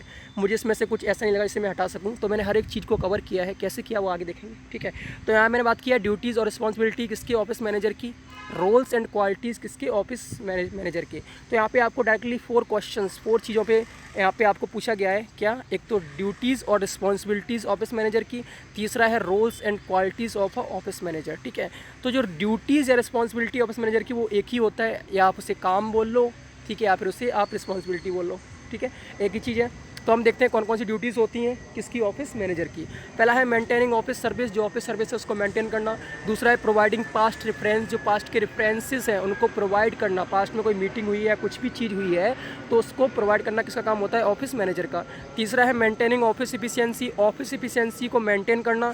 चौथा है designing and implementation of office policies, office policies को डिज़ाइन करना और उनको इम्प्लीमेंट करना। फिफ्थ है employ scheduling and assignments, employ का जो असाइनमेंट्स है, ठीक है, या शेड्यूल है उसको इंश्योर करना, ठीक है, उनको उनके असाइनमेंट्स को चेक करना, उन्होंने काम किया कि नहीं किया, जो उनको वर्क असाइन किया गया है क्या उन्होंने कंप्लीट किया या नहीं किया, उसको क्या करना, चेक करना। 6 है providing relevant information to manager, manager को रिलीवेंट इन्फॉर्मेशन प्रोवाइड करना, ठीक है। और 7th है motivating office staff, office staff को मोटिवेट करके रखना। 8th है मैनेजिंग ऑफिस बजट, जो ऑफिस के बजट है, ठीक है, जिनको पहले से डिसाइड किया गया है कि हमें क्या करना है, आने वाले फ्यूचर में उनको क्या करना है, मैनेज करना है। तो ये सब किसका काम होता है, ऑफिस मैनेजर का। क्या होता है, ड्यूटीज़ मान लो या रिस्पॉन्सिबिलिटीज़ मान लो, एक ही चीज़ है। आगे हम बात करते हैं रोल्स ऑफ ऑफिस मैनेजर। इसके कुछ रोल्स होते हैं, उनको देखते हैं। पहला है लीडर होना चाहिए, ठीक है। मोटिवेटर होना चाहिए। तीसरा है ट्रेनर होना चाहिए। ऑर्गेनाइजर होना चाहिए। सुपरवाइजर होना चाहिए। कम्युनिकेटर होना चाहिए। डेलीगेटर मतलब होता है डिस्ट्रीब्यूटर। अब डिस्ट्रीब्यूटर क्या होता है कि सामान बेचने वाला। डिस्ट्रीब्यूटर नहीं, डिस्ट्रीब्यूटर मतलब कि किसको कौन सा काम देना है, कौन से डिपार्टमेंट में रखना है, वो होना चाहिए। 8th है एवेल्यूएटर, मतलब कि हर एक चीज़ को एवेल्यूट करना आना चाहिए उसको, कि कौन कितना वर्क किया है, कितना ग्रोथ हो रहा है, कहाँ पे किस डिपार्टमेंट पे हमें लॉस हो रहा है, ये सारी चीज़ को पता होनी चाहिए। नेक्स्ट है स्पोक्स पर्सन। जब भी कोई मीटिंग होती है तो इनको बोलना आना चाहिए। स्पोक पर्सन होना चाहिए जो कि बहुत सारी चीज़ों पर ये क्या कर सकें, अपनी बातें रख सकें। तो ये सारे थे रोल्स किसके, ऑफिस मैनेजर के। और हम बात करते हैं qualities of a good office manager. कोई एक अच्छा ऑफिस मैनेजर कब कहलाएगा, उसकी क्वालिटीज़ क्या क्या होती है, उनको बात करते हैं। पहला है मैनेजमेंट ट्रेनिंग, मतलब कि ट्रेनिंग को मैनेज करना आना चाहिए, क्वालिटी पहली। दूसरा है गुड कम्युनिकेटर, एक अच्छा कम्युनिकेटर होना चाहिए। तीसरा है गुड ऑर्गेनाइज़र, एक अच्छा ऑर्गेनाइज़र होना चाहिए। चौथा है गुड ट्रेनर होना चाहिए। प्लीजिंग मैनरिज्म, उसके जो मैनर्स हैं कैसे होना चाहिए, प्लीजिंग होना चाहिए, ऐसा ना होना चाहिए कि खड़ूस हो, अच्छे से बात करने वाला हो, अच्छे मैनर्स वाला हो। नेक्स्ट है सिंसियरिटी, सिंसियर होना चाहिए अपने काम के लिए। 7th है लीडरशिप, उसके अंदर लीडरशिप होनी चाहिए, ठीक है। 8th है self confidence and self control, self confidence होना चाहिए उसके अंदर, ठीक है। ऐसा नहीं है कि खुद डीमोटिवेटेड होकर बैठा है, दूसरों को मोटिवेट कर रहा है, ऐसा नहीं होना चाहिए। सेल्फ कॉन्फिडेंस होना चाहिए और सेल्फ कंट्रोल भी होना चाहिए अपने एंगर पर, ठीक है, जिससे कि जो ऑफिस के एम्प्लॉयज़ हैं उन पर ज़्यादा गुस्सा ना करे, खुद के एंगर पे क्या होना चाहिए, सेल्फ कंट्रोल होना चाहिए। 9th है अंडरस्टैंडिंग ऑफ ह्यूमन नेचर को समझने की उसके अंदर क्षमता होनी चाहिए। अब कोई बीमार है बेचारा, बहुत परेशानी में, उसको ज़बरदस्ती बुलाया जा रहा है ऑफिस में, उसकी मजबूरी ऑफिस ज्वाइन करना। अभी भाई साहब बोल रहे हैं कि भैया आपको आना है, आप बीमार हो तो आप एक काम करिए, डॉक्टर को साथ लेके आइए, बट आपको ऑफिस आना है, अगर आप नहीं आए तो आपको हम निकाल देंगे। तो ऐसा नहीं होना चाहिए, उसको अंडरस्टैंडिंग होनी चाहिए किसकी, ह्यूमन नेचर की। आगे हम बात करते हैं अगले क्वेश्चन की। तो ये हमारे हो गया ऑफिस मैनेजर के जितने भी थे 4 क्वेश्चन थे, मैंने इसको डिस्कस कर लिया, ठीक है। आगे हम बात करते हैं 7th क्वेश्चन की, वो है what is the meaning of filing and what are the essentials of a good filing system. Filing से आप क्या समझते हो और इसके एसेंशियल्स क्या हैं एक अच्छी फाइलिंग सिस्टम के, इसको डिस्कस करेंगे। फिर अगला क्वेश्चन है स्टेप्स ऑफ फाइलिंग प्रोसीजर्स। जो फाइलिंग प्रोसीजर्स हैं उसके स्टेप्स क्या हैं, तो एक एक टर्म पे हम अच्छे से बात करने वाले हैं, समझने वाले हैं। तो इसका पहला आंसर देखते हैं, फाइलिंग होता क्या है। Filing refers to storing documents in a secure place and being able to locate them quickly. Filing क्या कहलाता है कि जो डॉक्यूमेंट्स हैं उनको स्टोर करना कहाँ पे, एक सिक्योर प्लेस पे, जहाँ से आपके डिलीट ना हो, कोई चोरी ना कर ले, और क्या हो, आप उन्हें अच्छे से लोकेट कर सकें, जल्दी लोकेट कर सकें, उससे हम बोलते हैं फाइलिंग, ठीक है। समझ में आ गया, मतलब कि जो आपके डॉक्यूमेंट्स हैं उनको आप स्टोर कर रहे हो एक ऐसी प्लेस पे जो सिक्योर है और उनको आप अच्छे से क्विकली क्या कर सकते हैं, लोकेट कर सकते हैं, उसे हम बोलते हैं फाइलिंग, ठीक है। आगे हम बात करते हैं essentials of a good filing system. एक अच्छी फाइलिंग सिस्टम के लिए क्या क्या चीज़ें एसेंशियल्स हैं उनकी बात करते हैं। पहला सिंपल होनी चाहिए। सिंपल सिटी क्या समझते हैं उसको पढ़ लेते हैं। The system should B simple, जिस सिस्टम में आपने स्टोर किया है उसको यूज़ करना कैसा होना चाहिए, सिंपल आना चाहिए, ठीक है। So that the employees concern में ऑपरेटेड विदाउट एनी डिफिकल्टी, जिससे कि जो एम्प्लॉयज़ हैं उनको ज़्यादा प्रॉब्लम ना हो उसको ऑपरेट करने के लिए, क्योंकि आप तो पढ़े लिखे हो, मैनेजर हो, ठीक है, या फिर आप ऑफिसर हो तो आपको तो पता है, लेकिन एम्प्लॉयज़ इतने पढ़े लिखे ना हो कि उनको कंप्यूटर की नॉलेज ना हो, तो ऐसी जगह आप स्टोर करिए जो सिंपल हो एम्प्लॉयज़ के लिए भी। दूसरा है accessibilities. The system should enables files to be easily located and papers to be inserted in files without disturbing the arrangement। मतलब कि जो सिस्टम है फाइल को ईजिली लोकेट कर दे, और अगर कोई पेपर हमें इंसर्ट करना है फाइल में तो ऐसा ना हो कि उसके लिए हमें पूरा अरेंजमेंट उसको डिस्टर्ब करना पड़े, हम उसको आराम से पेज नंबर के हिसाब से उसको इंसर्ट कर सकें। थर्ड पॉइंट है हमारा कम्पैक्टनेस, मतलब कि जो फाइलिंग सेक्शन है वो कैसा होना चाहिए, रीजनेबल स्पेस को ऑक्यूपाई करना चाहिए। ऐसा नहीं है कि मतलब कि 10 MB की आपकी फ़ाइल है और उसमें आप यूज़ कर रहे हो 100 MB का आप उसमें मेमोरी यूज़ कर रहे हो, ऐसा नहीं होना चाहिए। तो रीजनेबल स्पेस को ऑक्यूपाई करना चाहिए, ठीक है, जिससे कि जो कॉस्ट है वो कैसा ना, वो ज़्यादा ना आए, क्योंकि हमें एक तो फाइल रखना नहीं होता है, बहुत सारी फाइल्स स्टोर करनी पड़ती हैं। तो ऑफिस का जो कॉस्ट है उसको कम करने के लिए हमें क्या करना चाहिए, कॉम्पैक्टनेस रखनी चाहिए फाइल्स का। आगे हम बात करते हैं इकोनॉमी से आप क्या समझते हैं, the cost of installation and operation of the system should be proportional to the benefit drive from it. मतलब कि अब ऐसा नहीं है कि आप फाइल स्टोर करने के लिए कोई सिस्टम आपने रख लिया, 4-5 सिस्टम रख लिया आपने, ठीक है, हर एक में अलग अलग फाइल रख रहे हो और आप एक सिस्टम में सारा स्टोर कर सकते हो, तो आपका जो फाइल से जो आपको प्रॉफिट हो रहा है, ठीक है, वो कम है और सिस्टम से आपका जो लॉस हो रहा है वो ज़्यादा है। तो आपको इकोनॉमी मेंटेन करनी है जिससे कि आपका लॉस ना हो। आगे हम बात करते हैं फ्लेक्सिबिलिटी की। तो system should be capable of expansion as the activities of the organisation expand. जैसे जैसे ऑर्गेनाइजेशन की एक्टिविटीज़ एक्सपेंड होंगी तो आपका सिस्टम कैसा होना चाहिए, वो भी एक्सपेंड होने की क्षमता रखता हो, उसमें फ्लेक्सिबिलिटी होनी चाहिए, फ्लेक्सिबल होनी चाहिए। ऐसा नहीं है कि सिस्टम आपने ले लिया ऐसा वाला मोबाइल में रखा है आपने अपनी कंपनी का डाटा और बाद में आपको फिर ट्रांसफ़र करना पड़ रहा है। तो आप पहले से उतना अच्छा सिस्टम लीजिए जिससे कि आपको फ्यूचर में अगर कोई ऑर्गेनाइजेशन आपका एक्सपेंड करता है, आपको ग्रोथ होती है, आप उससे बढ़ाते हो, तो आपका जो सिस्टम है वो भी वो कैसा हो जाए, एक्सपेंड हो सके। तो ये उससे हम बोलते हैं फ्लेक्सिबिलिटी। नेक्स्ट है सेफ्टी। अब सेफ्टी ज़रूरी क्यों है, क्योंकि आपकी फाइल्स हैं, चोरी ना हो जाए, ठीक है, कोई दूसरा ना ले ले, इसलिए सेफ्टी का होना भी ज़रूरी है। रिटेंशन मतलब होता है जो मटेरियल अब नहीं चाहिए उसको क्या करना चाहिए, डिलीट कर देना चाहिए। तो हमें क्या करना पड़ता है, ये सारी चीज़ें होती हैं, रिटेंशन करना पड़ता है, सेफ्टी, फ्लेक्सिबिलिटी, ठीक है। आगे हम बात करते हैं, अगला है क्लासिफिकेशन। तो इसका मतलब है most suitable method of classification should be adopted. Classify करने का फाइल्स को, मतलब कि कौन सी फाइल्स किस डिपार्टमेंट की है, किसकी है, रमेश की है, सुरेश की है, तो उसको क्लासीफाई करना बहुत ज़रूरी होता है और उसके लिए मोस्ट सूटेबल मेथड को हम क्या करते हैं, चूज़ करते हैं। आगे बात करते हैं steps of filing procedure. Filing procedure के कौन कौन से स्टेप्स हैं उनकी बात करते हैं। पहला है ऑर्डर टू फाइल, ठीक है। All documents need to be filed because all papers are not equally important, ठीक है। जितने भी पेपर्स हैं वो हर एक कोई इंपॉर्टेंट नहीं होता है, तो जो जो इंपॉर्टेंट है उनको पहले पता करना पड़ता है, उनको क्लासीफाई करना पड़ता है, फिर किस किस को फाइल करना है, ठीक है, वो चीज़ हमें पता करनी पड़ती है, इसे हम बोलते हैं ऑर्डर टू फाइल। दूसरा है प्रिपरेशन, हमें प्रिपेयर करना पड़ता है फाइल्स को, ठीक है। उसमें क्या करना पड़ता है कि पेपर्स को लगाना पड़ता है, फिर उसके बाद हर एक को अरेंजमेंट करना पड़ता है, कभी पंच भी करना पड़ता है, स्कैन करना पड़ता है, बहुत सारी चीज़ें होती हैं, तो प्रिपरेशन करना पड़ता है। तीसरा है sorting and filing.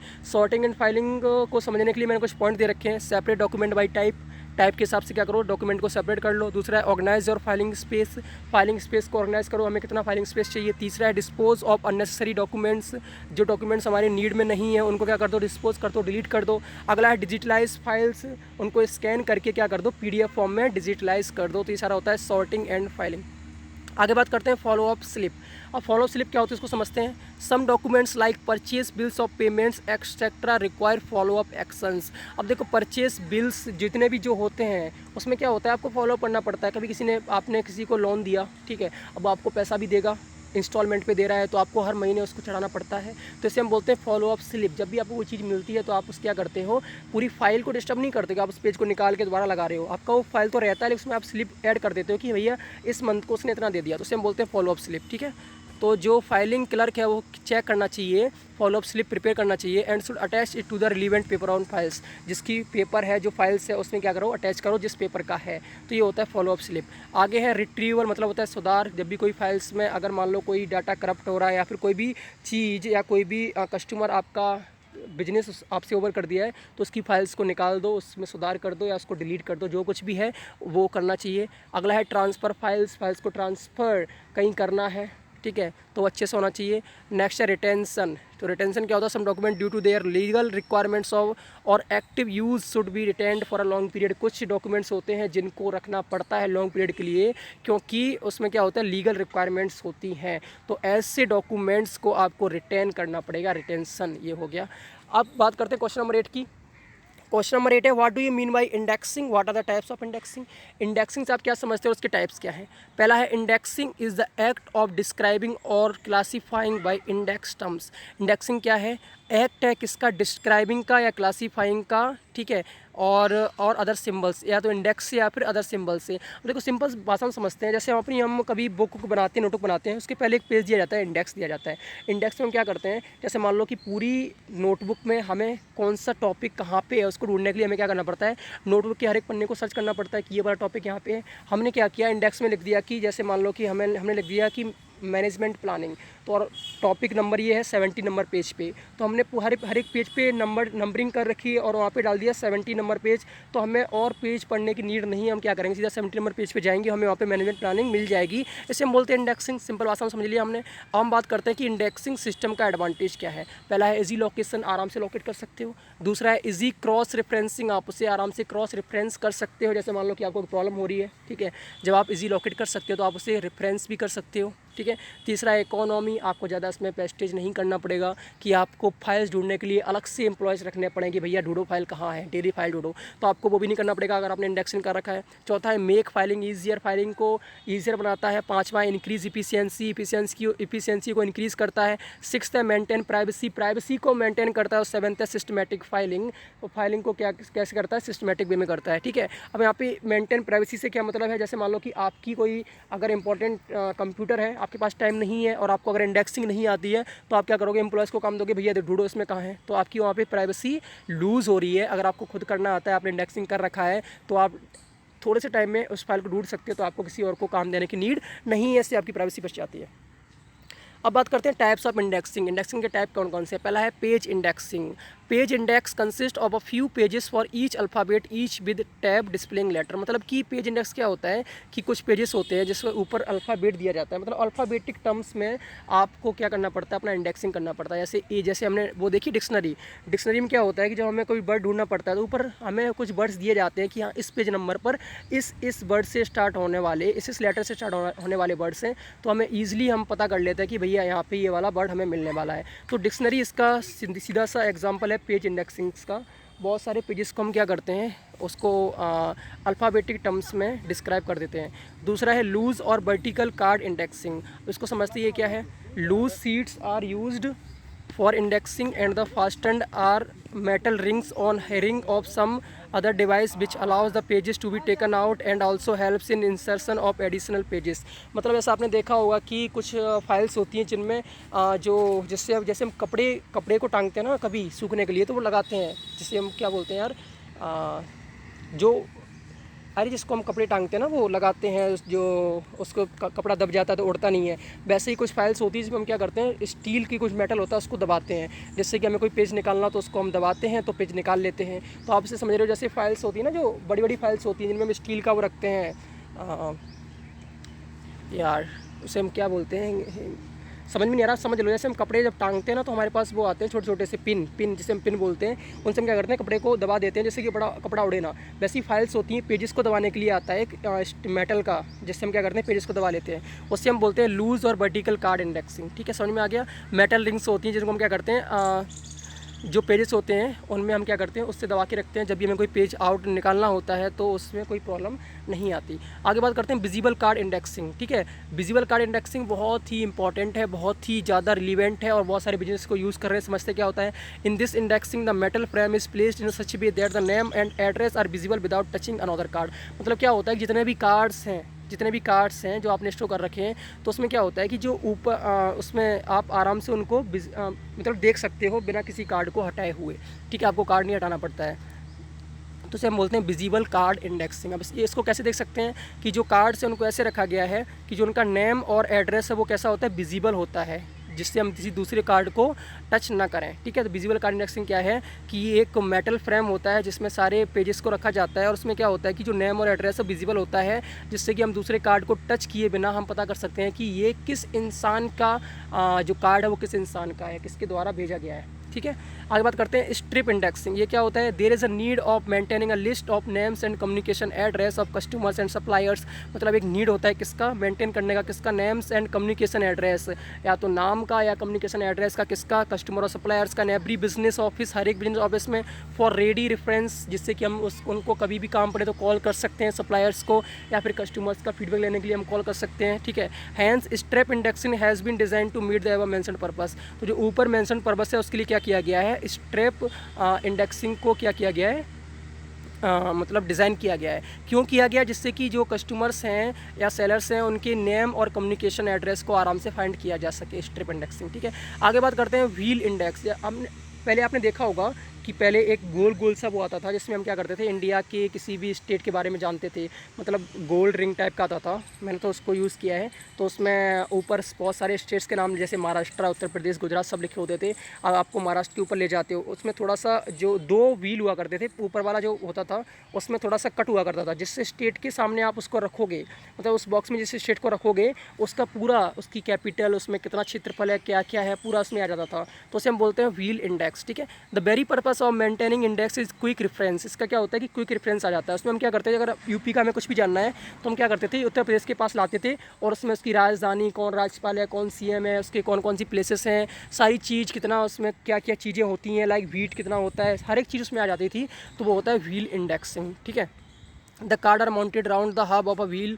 Under this method the wheel moves on ball bearing. वही चीज़ है कि बॉल बेयरिंग होता है, उसके अकॉर्डिंग क्या करता है, व्हील मूव करता है। और जो कार्ड होते हैं वो क्या होते हैं, जो व्हील है उसके ऊपर माउंटेड रहते हैं, ठीक है। क्वेश्चन नंबर 9 देखते हैं। Explain types of stationery used in office. Office में यूज होने वाली स्टेशनरी के टाइप्स बताने हैं। What is the importance of managing stationery.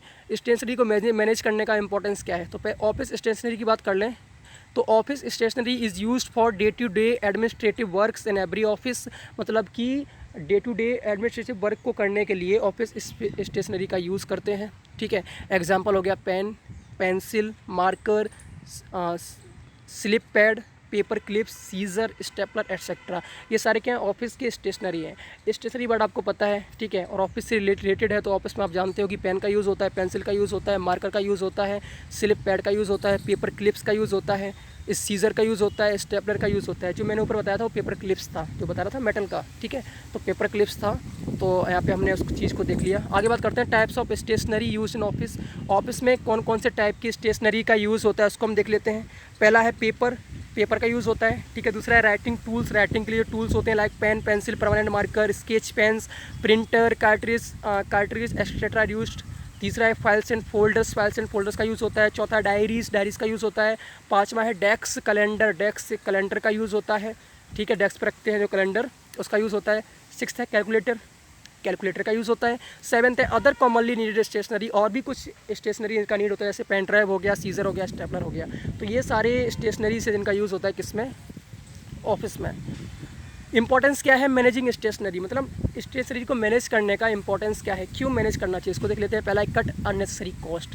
अगर कोई अननेसेसरी कॉस्ट होता है तो उसको कट कर देता है अगर हम मैनेज करते हैं स्टेशनरी को। दूसरा है ensure safety from spoiling, theft, moisture.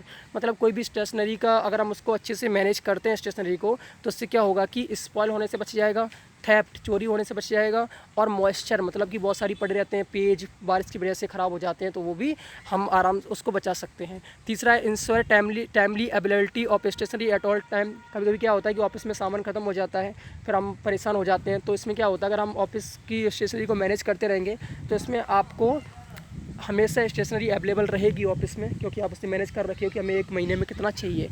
अगला है provide accurate type of stationery to carry out work. मतलब स्टेशनरी का एक्यूरेट टाइप आप प्रोवाइड कर लोगे जिससे कि आपका वर्क हो सके। अगर आपको चाहिए, अब आपको चाहिए कैलकुलेटर और आपके पास है नहीं, आपके पास है सीज़र, तो आप सीज़र के क्या कर सकते हो, आपको चाहिए सीज़र और आप लेके खड़े हो कैलकुलेटर। तो हमें कौन से वर्क में कौन से टाइप की स्टेशनरी चाहिए उसका प्रोवाइड भी हम कैसे कर सकते हैं जब उसको मैनेज करेंगे। अगला है ensure always enough buffer stock. हमें हमेशा इंश्योर करना चाहिए कि हमारी ऑफिस में पहले से ही स्टॉक रहे, जिससे कि जब हमें काम पड़े तो हमारा वर्क रुकना ना पाए और हमें उस वर्क को कर लेना चाहिए। आगे है check on wastage of stationery item. Stationery items को वेस्टेज तो नहीं हो रहा, उसको चेक करना हमारा क्या है, मतलब उसको चेक करते रहना इस मैनेजिंग स्टेशनरी का पार्ट है। तो ये हो गया क्वेश्चन 9। क्वेश्चन नंबर 10 की बात करते हैं। What is the meaning and importance of mail. Mail का मीनिंग क्या है, उसका इंपॉर्टेंस क्या है। Explain mail room equipment and accessories, ठीक है। मेल रूम इक्विपमेंट से आप क्या समझते हो और उसके एसेसरीज़ क्या है। तो sending and receiving of return communication of various types in an organisation is terms as mail. मतलब सेंडिंग करना या रिसीविंग करना किसका, रिटर्न कम्युनिकेशन का, ठीक है। किसमें, ऑर्गेनाइजेशन में क्या कहलाता है, मेल कहलाता है, ठीक है। आपने कोई भी कम्युनिकेट किया है कैसा, रिटर्न, किसमें, ऑफिस में किसी भी चीज़ को, like by through email, letters, किसी से भी, ठीक है। तो आप क्या कर रहे हो, उसे मेल करते हो। किसी भी रिटर्न कम्युनिकेशन को ऑर्गेनाइजेशन के आप सेंड कर रहे हो या रिसीव कर रहे हो, किसके थ्रू करते हो, मेल के थ्रू करते हो, ठीक है। उसे हम बोलते हैं मेल। इंपॉर्टेंस क्या होता है मेल का, उसको समझ लेते हैं। पहला है फैसिलिटेट कम्युनिकेशन, कम्युनिकेशन को फैसिलिटेट करता है, फैसिलिटी देता है कम्युनिकेशन की।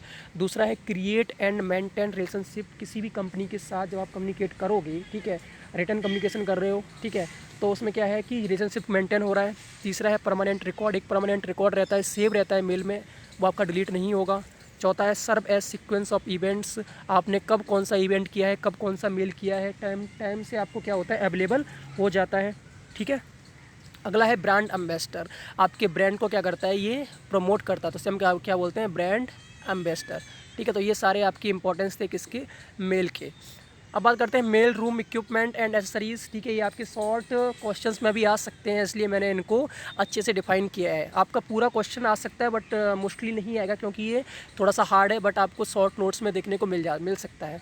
तो mail room equipment and accessories क्या क्या होता है उनको देखते हैं। पहला है लेटर ओपनिंग मशीन, लेटर को ओपन करने की मशीन। अब इसमें क्या होता है, इट ऑपरेट्स मैनुअली और इलेक्ट्रिकली। इसको आप मैनुअली भी कर सकते हो या फिर इलेक्ट्रिकली भी कर सकते हो at a great speed and can open 100 to 500 letters पर मिनट। आपके लेटर्स हैं, बहुत सारे लेटर्स आते हैं कंपनी में, ठीक है। उनको ओपन करने के लिए आपको एम्प्लॉयज़ रखने पड़ेंगे। इससे अच्छा आपने क्या किया, लेटर ओपनिंग मशीन रख ली। इससे आपका क्या होगा कि लेटर ओपन हो जाएंगे कितने, 1 मिनट में 100 से लेकर 500 तक, किसके थ्रू, लेटर ओपनिंग मशीन के थ्रू। दूसरा है नंबरिंग एंड डेटिंग मशीन, ऐसी मशीन जो क्या करती है, डेट डालती है, नंबरिंग करती है। Numbering and dating machine is use for stamping on the incoming mail, ठीक है। जो मेल्स आने वाली हैं, जो मेल्स आ रही हैं, ठीक है, उन पर क्या करना है, स्टैंपिंग करना कि कब आई है, डेट क्या है उसकी और कौन से नंबर की, उसे हम बोलते हैं numbering and dating machine. The next serial number and date automatically change after each every use with the help of self inking stamp। इसमें क्या होता है कि जैसे मान लो कि आपकी अभी 20 मेल्स आ चुकी हैं, ठीक है, 21वीं आपकी आ रही है, तो जो नंबरिंग एंड डेटिंग मशीन वो क्या करेगी, 20 वाली मेल्स के बाद ऑटोमेटिकली क्या करेगी, जो मेल आएगी उसमें 21 नंबर डाल देगी और डेट डाल देगी। तो ये पूरा पहले से ही उसमें मतलब कि फिक्स रहता है, ठीक है। और तीसरा है folding and inserting machine. Folding and inserting machine क्या होती है, फोल्डिंग लेटर्स को फोल्ड करना और इंसर्ट करना किसके अंदर, लिफाफे के अंदर। तो ये एक मशीन अलग से काम करती है, बहुत सारे लेटर्स सेंड करने पड़ते हैं सीलर्स को, तो उसके लिए आप एम्प्लॉयज़ को कोई मशीन ले लो। मशीन में क्या होगा कि आप फोल्ड करो लेटर्स को और इंसर्ट कर दो। अगला है सीलिंग मशीन। अब आपने इंसर्ट करके रख दिया लिफाफा में, अब आपको सील भी करना होता है, तो सीलिंग के लिए अलग से मशीन होती है, ठीक है। तो ये सारी मशीन से। पांचवा है मेलिंग स्केल। अब इसको समझते हैं। Mailing scale helps to bag outgoing mail and a certain amount of postage stamp. अब क्या होता है कि जब आप किसी भी पोस्टल डाकिया के द्वारा अपना मेल करते हो तो आपको उसमें वेट के हिसाब से चार्ज करना पड़ता है, चार्ज देना पड़ता है। तो जो मेलिंग स्केल है वो क्या करता है, आपको बताता है कि आपका वेट कितना है और आपको कितना चार्ज लगने वाला है, जिसके हिसाब से आप जिस भी एम्प्लॉयज़ को भेजते हो पोस्ट ऑफिस जाने के लिए, तो आप उसको उस हिसाब से पैसे दे सको। अगला है एड्रेसिंग मशीन। एड्रेसिंग मशीन क्या करती है, it helps in printing of address on envelopes. Envelopes पर एड्रेस प्रिंट करने में क्या करती है, हेल्प करती है। ये हो गए 10 क्वेश्चन। बात करते हैं 11th क्वेश्चन की, what are the different types of accounts and their features. Different types of accounts क्या है और उसके उनके फीचर्स क्या हैं।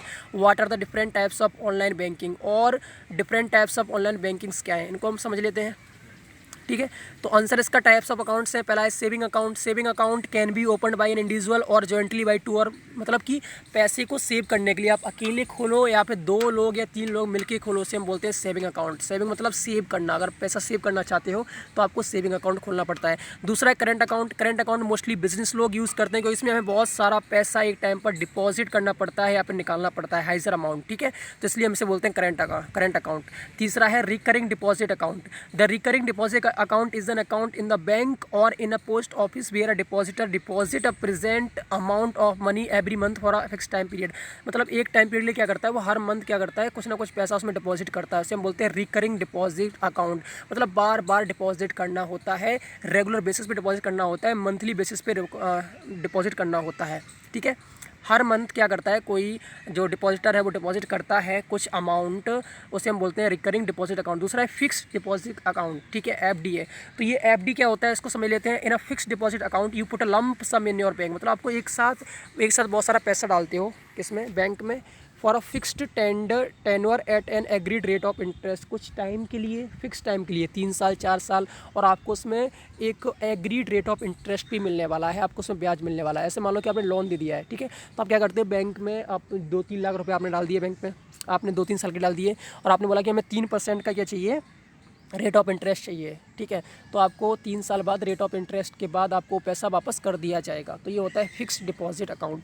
अगला है एनआरआई अकाउंट। एनआरआई अकाउंट को अच्छे से समझना, क्योंकि शॉर्ट नोट्स में भी इसको आने वाला है, तो उसको समझ लो।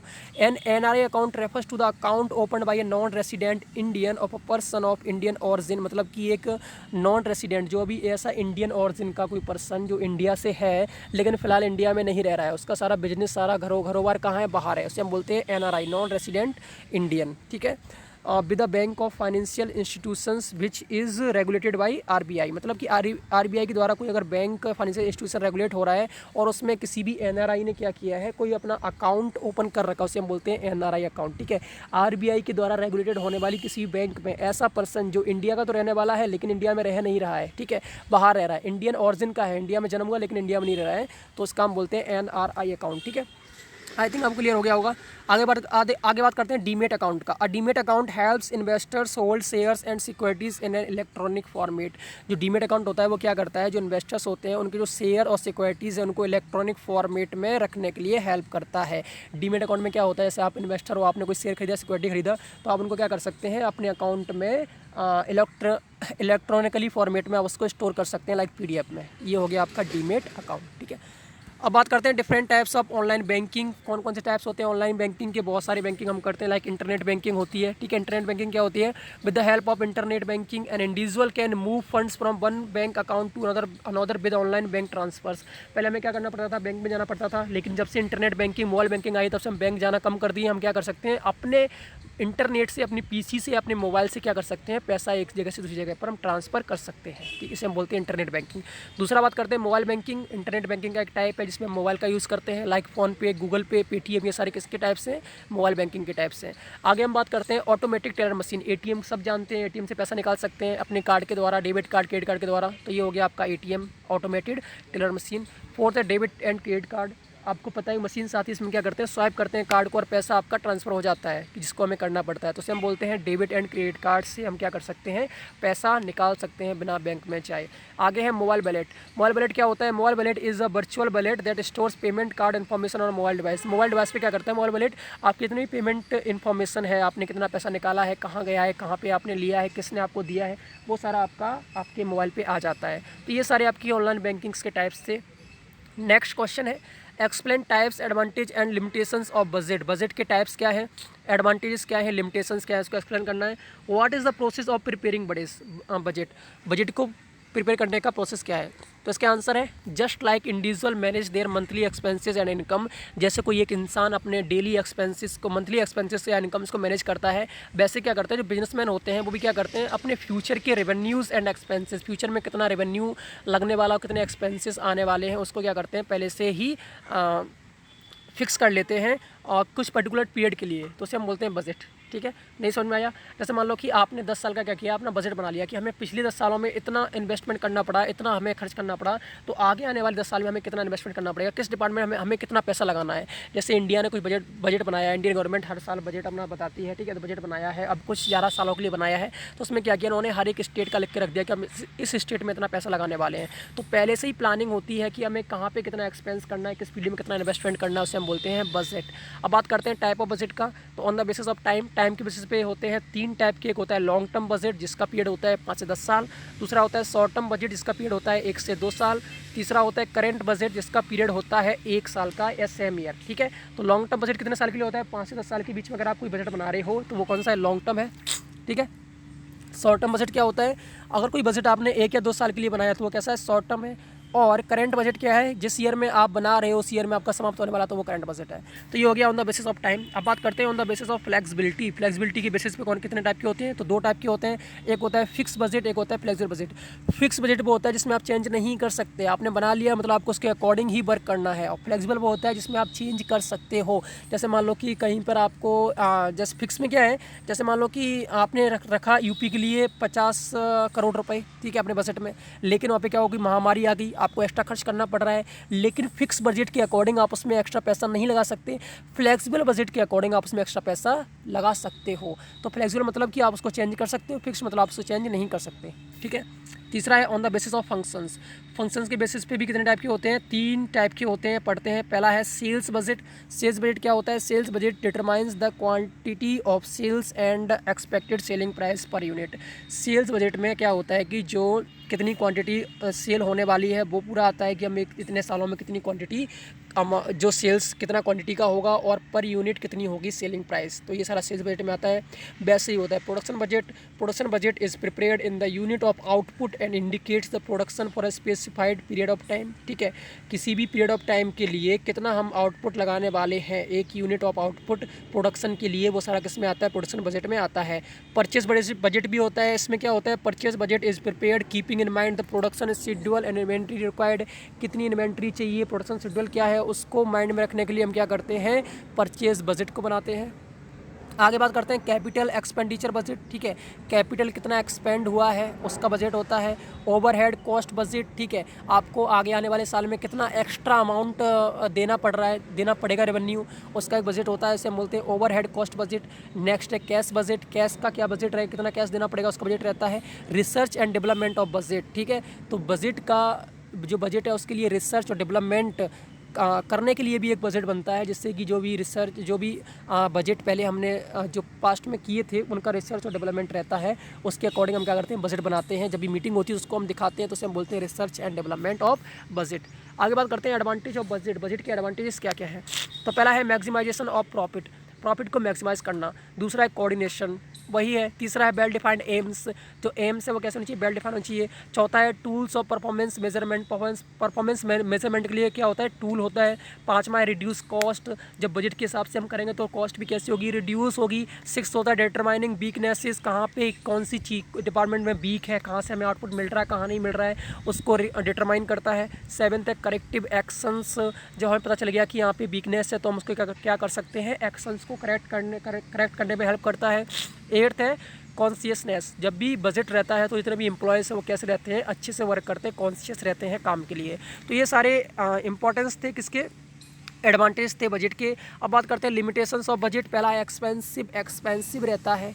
दूसरा है अनसर्टेन फ्यूचर का पता नहीं भैया क्या होने वाला है, आपने बजट बना लिया, आपके बजट के हिसाब से फ्यूचर अगर चलाओगे, फ्यूचर में कुछ और हो गया फिर क्या करोगे, ठीक है, तो अनसर्टेन फ्यूचर की वजह से इसमें लिमिटेशंस आता है। तीसरा है क्रिएट्स कन्फ्लिक्ट्स, कभी कभी झगड़ा भी हो जाता है कि भैया हमें इतना कम क्यों दिया, हमारे यहाँ पर तो महामारी आ गई, जैसे यूपी को आपने कम दिया, यूपी में महामारी आ गई, ठीक है, अब वो बोलेंगे भैया हमें ज़्यादा चाहिए, लेकिन बजट में दिया गया उतना देना पड़ेगा क्योंकि बजट है भैया, बट आप उतना दोगे तो फिर कन्फ्लिक्ट होगा कि हमें और एक्स्ट्रा चाहिए क्योंकि हमारे पास प्रॉब्लम्स आई हैं, तो कन्फ्लिक्ट्स भी होते हैं। चौथा है रिगिडिटी, आपसे चेंज नहीं कर सकते। पांचवा depend upon the top management, और डिपेंड किस पे होता है, टॉप मैनेजमेंट पे डिपेंड होता है। तो ये थे लिमिटेशंस। अब बात करते हैं process of preparing the budget. Budget को बनाने के लिए क्या क्या प्रोसेस होते हैं उसकी बात करते हैं, ठीक है। तो पहला है डेफिनेशन ऑफ ऑब्जेक्टिव, तो इसमें होता है कि आप पहले ऑब्जेक्टिव क्या है उसको डिफाइन करते हैं बजट में। दूसरा है location of the key factor, जितने भी की फैक्टर जिन पे आप बात करने वाले हो उसको क्या करते हैं, लोकेट करते हो कि हम इन चीज़ों पर हम मुद्दों पे बात करने वाले हैं, बजट में हमने इन की फैक्टर्स को रखा है।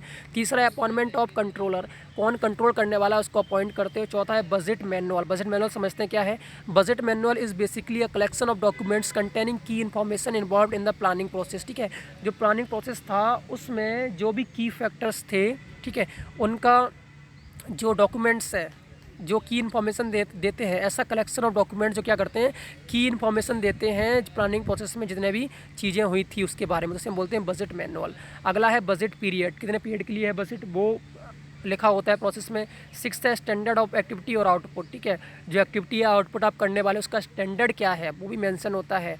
तो ये हो गया आपका बजट का 12th क्वेश्चन। अब बात करते हैं 13 नंबर क्वेश्चन की, define a meeting, what are the requisites of a valid meeting, explain classification of meeting, ठीक है। मीटिंग के बारे में पहले पढ़ चुके हैं, पहली जो क्लासेस थी मतलब सेकंड ईयर की जो क्लासेस थी उससे मीटिंग कम्युनिकेशन, बिजनेस कम्युनिकेशन में एक टॉपिक था मीटिंग का, उसमें मैंने पढ़ा था, लेकिन दोबारा डिस्कस कर लेते हैं मीटिंग क्या होता है। मीटिंग में be refer to as gathering of 2 और more persons for mutual interaction discussion etcetera, मतलब एक ही टाइप की डिस्कशन के लिए, इंटरेक्शन के लिए हम क्या करते हैं, 2 या 2 से अधिक लोग गैदर होते हैं, उसे हम बोलते हैं मीटिंग, ठीक है। किसी एक टॉपिक पे, एक मुद्दे पर हम बात करते हैं, 2 या 2 से अधिक लोग एक ही सिमिलर टॉपिक पे, तो उसे हम बोलते हैं मीटिंग, ठीक है। तो रिक्विसाइट्स क्या होते हैं वैलिड मीटिंग के लिए, देखते हैं। पहला है the meeting must be convened properly by the person और authority duly authorize to do so, मतलब कि ऐसा पर्सन जिसको काम दिया गया है मीटिंग कंडक्ट करने का उसके द्वारा प्रॉपर्ली कंडक्ट हो जानी चाहिए मीटिंग, पहला ये हो गया, ठीक है। दूसरा जो रिक्विसाइट्स हैं मतलब कि नेसेसिटी है, ठीक है, वो है a proper notice should be sent as per the law to all people who are intend to attend the meeting. जो भी लोग मीटिंग को अटेंड, मतलब जिनको मीटिंग अटेंड करना है, उनको प्रॉपर नोटिस शो होना चाहिए, मतलब सेंड कर देना चाहिए किसके द्वारा, कंपनी के द्वारा, एज़ पर द लॉ के हिसाब से। ठीक है, तो मीटिंग आपको अटेंड करनी है, मीटिंग में आना है, इसके लिए आपको प्रॉपर नोटिस सेंड करना चाहिए जो भी मीटिंग को अटेंड करने वाले हैं। ठीक है, दूसरा ये था। तीसरी की बात करते हैं, the meeting must B lawful, मतलब लीगल होनी चाहिए, इलीगल नहीं होना चाहिए। ठीक है, मीटिंग जो भी कंडक्ट हो रही है कैसे होनी चाहिए, लीगली कंडक्ट होनी चाहिए, इलीगल नहीं होना चाहिए, लॉफुल होनी चाहिए। चौथा है the meeting must have a quorum, उसके पास क्या होना चाहिए, क्वोरम होना चाहिए। अब क्वोरम क्या होता है, quorum means attendance of a minimum number of authorized persons for valid transaction of business, मतलब कि कितने मेंबर्स मीटिंग में आने वाले हैं। ठीक है, उनकी तो वो सारी चीज़ें क्वोरम में लिखी होती हैं। ठीक है, कितने अटेंड करने वाले हैं, तो ये सारे, तो मीटिंग के पास एक क्वोरम होना चाहिए, इसमें सब लिखा होना चाहिए कि कौन कौन से मेंबर्स मीटिंग को अटेंड करने वाले हैं, किन किन को बुलाया गया है। आगे बात करते हैं, the meeting must always be presided over by a chairman, chairman के द्वारा प्रिसाइड होनी चाहिए, चेयरमैन की परमिशन से ही मीटिंग कंडक्ट होनी चाहिए, ऐसा नहीं किसी की मर्जी है उसने मीटिंग रख ली। ठीक है, डिस्कशन के लिए। आगे बात करते हैं, तो proceeding of the meeting must be regulated according to the law governing the particular meeting. ठीक है, तो जो प्रोसीडिंग है मीटिंग की, मतलब कि कौन कौन से मुद्दों पर बात होने वाली है या शुरुआत है, वो अकॉर्डिंग टू लॉ होनी चाहिए, जो भी मतलब जो भी आपने डिस्कशन किया है उसके हिसाब से होनी चाहिए। सेवेंथ है, proper record of the proceeding at the meeting must be kept. ठीक है, किन किन मुद्दों पे बात करने वाले, प्रोसीडिंग्स क्या है, उनका प्रॉपर रिकॉर्ड मीटिंग के टाइम रखा होना चाहिए सामने। ठीक है, तो ये सारे पॉइंट्स थे, रिक्विसाइट्स थे। अब बात करते हैं क्लासिफिकेशन ऑफ मीटिंग, मीटिंग को क्लासीफाई किन किन टाइप्स में किया उसको देखते हैं। पहला है पब्लिक मीटिंग, दो टाइप की होती है, पब्लिक और प्राइवेट। ठीक है, प्राइवेट की एक पार्ट और है, उसको मैंने डिस्कस किया है। तो पहले बात करते हैं पब्लिक की।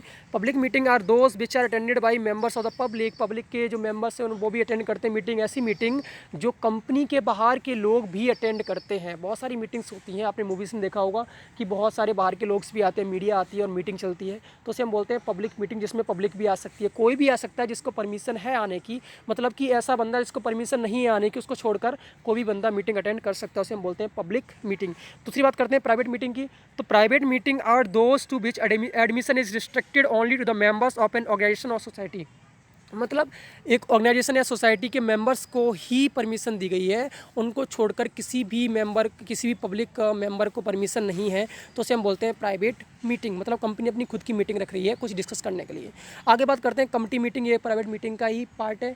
प्राइवेट मीटिंग में आता है जनरल मीटिंग आता है। ठीक है, तो जनरल मीटिंग में डिस्कस नहीं किया है क्योंकि वो आने के चांस नहीं है। अब बात करते हैं कमिटी मीटिंग का। तो committee meeting is a formal gathering of a sub group within an organization who come together to fulfil, मतलब कमिटी मीटिंग क्या होती है कि एक ग्रुप होता है किसी भी ऑर्गेनाइजेशन का, वो क्या करते हैं एक साथ आकर किसी भी ऑब्जेक्टिव पे बात करते हैं। जैसे मान लो कि कोई ऑब्जेक्टिव है, उससे बात करने के लिए क्या हुआ कि बहुत सारे डिपार्टमेंट्स के लोग आए एक साथ, उन्होंने कमिटी बनाई। ठीक है, हम इस पे बात करने वाले हैं, तो ये किसी भी टॉपिक पे बात कर रहे हैं, किसी भी डिसीजन पे बात कर रहे हैं, उसे हम बोलते हैं कमिटी मीटिंग। लोग एक साथ आकर और किसी भी टॉपिक पे बात करते हैं। कमिटी मतलब एक समुदाय बनाते हैं, ग्रुप बनाते हैं और फिर बाद में उस पर बात करते हैं, वो होता है कमिटी मीटिंग। ठीक है, आगे बात करते हैं 14 number question, explain importance and role of a secretary, define qualifications and type of a secretary. ठीक है, सेक्रेटरी का इंपॉर्टेंस क्या है और इसके रोल क्या है और इसकी क्वालिफिकेशंस क्या हैं, टाइप्स क्या हैं, तो हम इसमें 4 पॉइंट पे बात करने वाले हैं। तो बात करते हैं सेक्रेटरी होता क्या है, a person who is employed to take care of records, letters and routine works of another person, मतलब कि एक पर्सन जिसको अपॉइंट किया जाता है किसी दूसरे पर्सन के लिए। मैं जैसे मान लो मैं बिजनेसमैन हूँ, तो मेरे लिए कोई पर्सन अपॉइंट किया गया, क्या करेगा, रिकॉर्ड्स की केयर करेगा, लेटर्स को बनाएगा, लिखेगा, रूटीन वर्क्स की केयर करेगा मेरे लिए, तो वो मेरा क्या हो गया, सेक्रेटरी हो गया। ठीक है, इंपॉर्टेंस ऑफ सेक्रेटरी क्या होता है, पहला है ensuring meeting are effectively organised and minted. कहीं मीटिंग करने जाता है कोई बिजनेसमैन, तो उसके सेक्रेटरी का काम होता है कि इंश्योर करना है कि मीटिंग इफेक्टिवली ऑर्गेनाइज हुई या नहीं हुई, और मीटिंग की जो मिनट ऑफ मीटिंग है उसको मतलब अच्छे से रिकॉर्ड किया नहीं किया। मिनट ऑफ मीटिंग वो होता है जो भी बातें की जाती हैं मीटिंग में, उसको मिनट ऑफ मीटिंग एक डॉक्यूमेंट होता है, उसमें लिखते हैं कि ये इन मुद्दों पे बात हुई है। ठीक है, तो उस पॉइंट को मैंने लिया नहीं क्योंकि हम सेकंड ईयर में डिस्कस कर चुके हैं, लेकिन इंपॉर्टेंट है, आ सकता है। तो मिनट ऑफ मीटिंग क्या होता है कि जो मुद्दों पर बात होती है मीटिंग में वो सारे उसमें लिखे होते हैं। तो मिनट ऑफ मीटिंग को और कैसे ऑर्गेनाइज हुआ है इसको सेक्रेटरी क्या करता है, अच्छे से देखता है। आगे बात करते हैं maintaining effective records and administration, ठीक है। तो रिकॉर्ड्स को मेंटेन करना और एडमिनिस्ट्रेशन को चलाना इफेक्टिवली किसका काम होता है, सेक्रेटरी का होता है। Upholding the legal requirements of governing documents, जो गवर्निंग डॉक्यूमेंट्स हैं उनकी लीगल रिक्वायरमेंट्स क्या है उनको अपहोल्ड करना, उनको समझाना, उनके अकॉर्डिंग वर्क कराना, ठीक है। चैरिटी लॉ, कहाँ पे चैरिटी में आप कितना पैसा डाल रहे हो उसको देखना। कंपनी लॉ, कंपनी के जो लॉज हैं उनको उनका जानना किसका काम होता है, सेक्रेटरी का काम होता है। तो ये हो गया इंपॉर्टेंस ऑफ सेक्रेटरी। बहुत छोटा दिया गया था, मैंने सेक्रेटरी को समझाने के लिए इसको बता दिया, ठीक है। आगे बात करते हैं role of a secretary. Secretary का रोल क्या है, तो एज एन ऑफिस एग्जीक्यूटिव, मतलब ऑफिस एग्जीक्यूटिव अगर है कोई सेक्रेटरी तो उसका रोल क्या है। तो ऑफिस एग्जीक्यूटिव होता क्या, पहले समझ लेते हैं। Office executive are essentially the managers of the office. कौन होते हैं ये, ऑफिस के मैनेजर्स होते हैं। They are responsible for creating the employ schedule. ये होते हैं रिस्पॉन्सिबल किसके लिए, ऑफिस के जो एम्प्लॉय का शेड्यूल है उसको क्रिएट करने के लिए। Dealing with any employees complaint, जो कंप्लेंट्स हैं एम्प्लॉयज़ की उनको उनके साथ डील करने के लिए। And ensuring office employ work, और जो एम्प्लॉयज़ हैं उनके वर्क को इंश्योर करने के लिए, ठीक है। दूसरा है एज एन लियासन ऑफिसर। तो लियासन ऑफिसर के लिए मतलब उसका रोल कैसे होता है वो देखते हैं। लियासन ऑफिसर क्या होता है समझते हैं। A liaison officer is a person who liaises between two और more organization to communicate and coordinate activities among two और मोर पीपल एजेंसीज ऑर्गेनाइजेशन।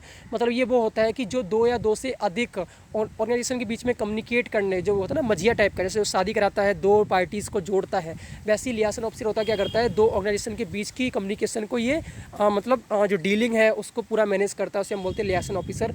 तो ये सेक्रेटरी क्या करता है, ऐसे लियासन ऑफिसर भी रोल प्ले करता है। अगला है एज एन एडवाइज़र। एडवाइज़र आप समझते हो कि एडवाइस देता है किसको, अपने बिजनेस जो मैन है उसको, जितने भी उसमें बिजनेस एक्टिविटीज़ हैं उनमें एडवाइस देता है। तो एज एन एडवाइज़र भी ये काम करता है।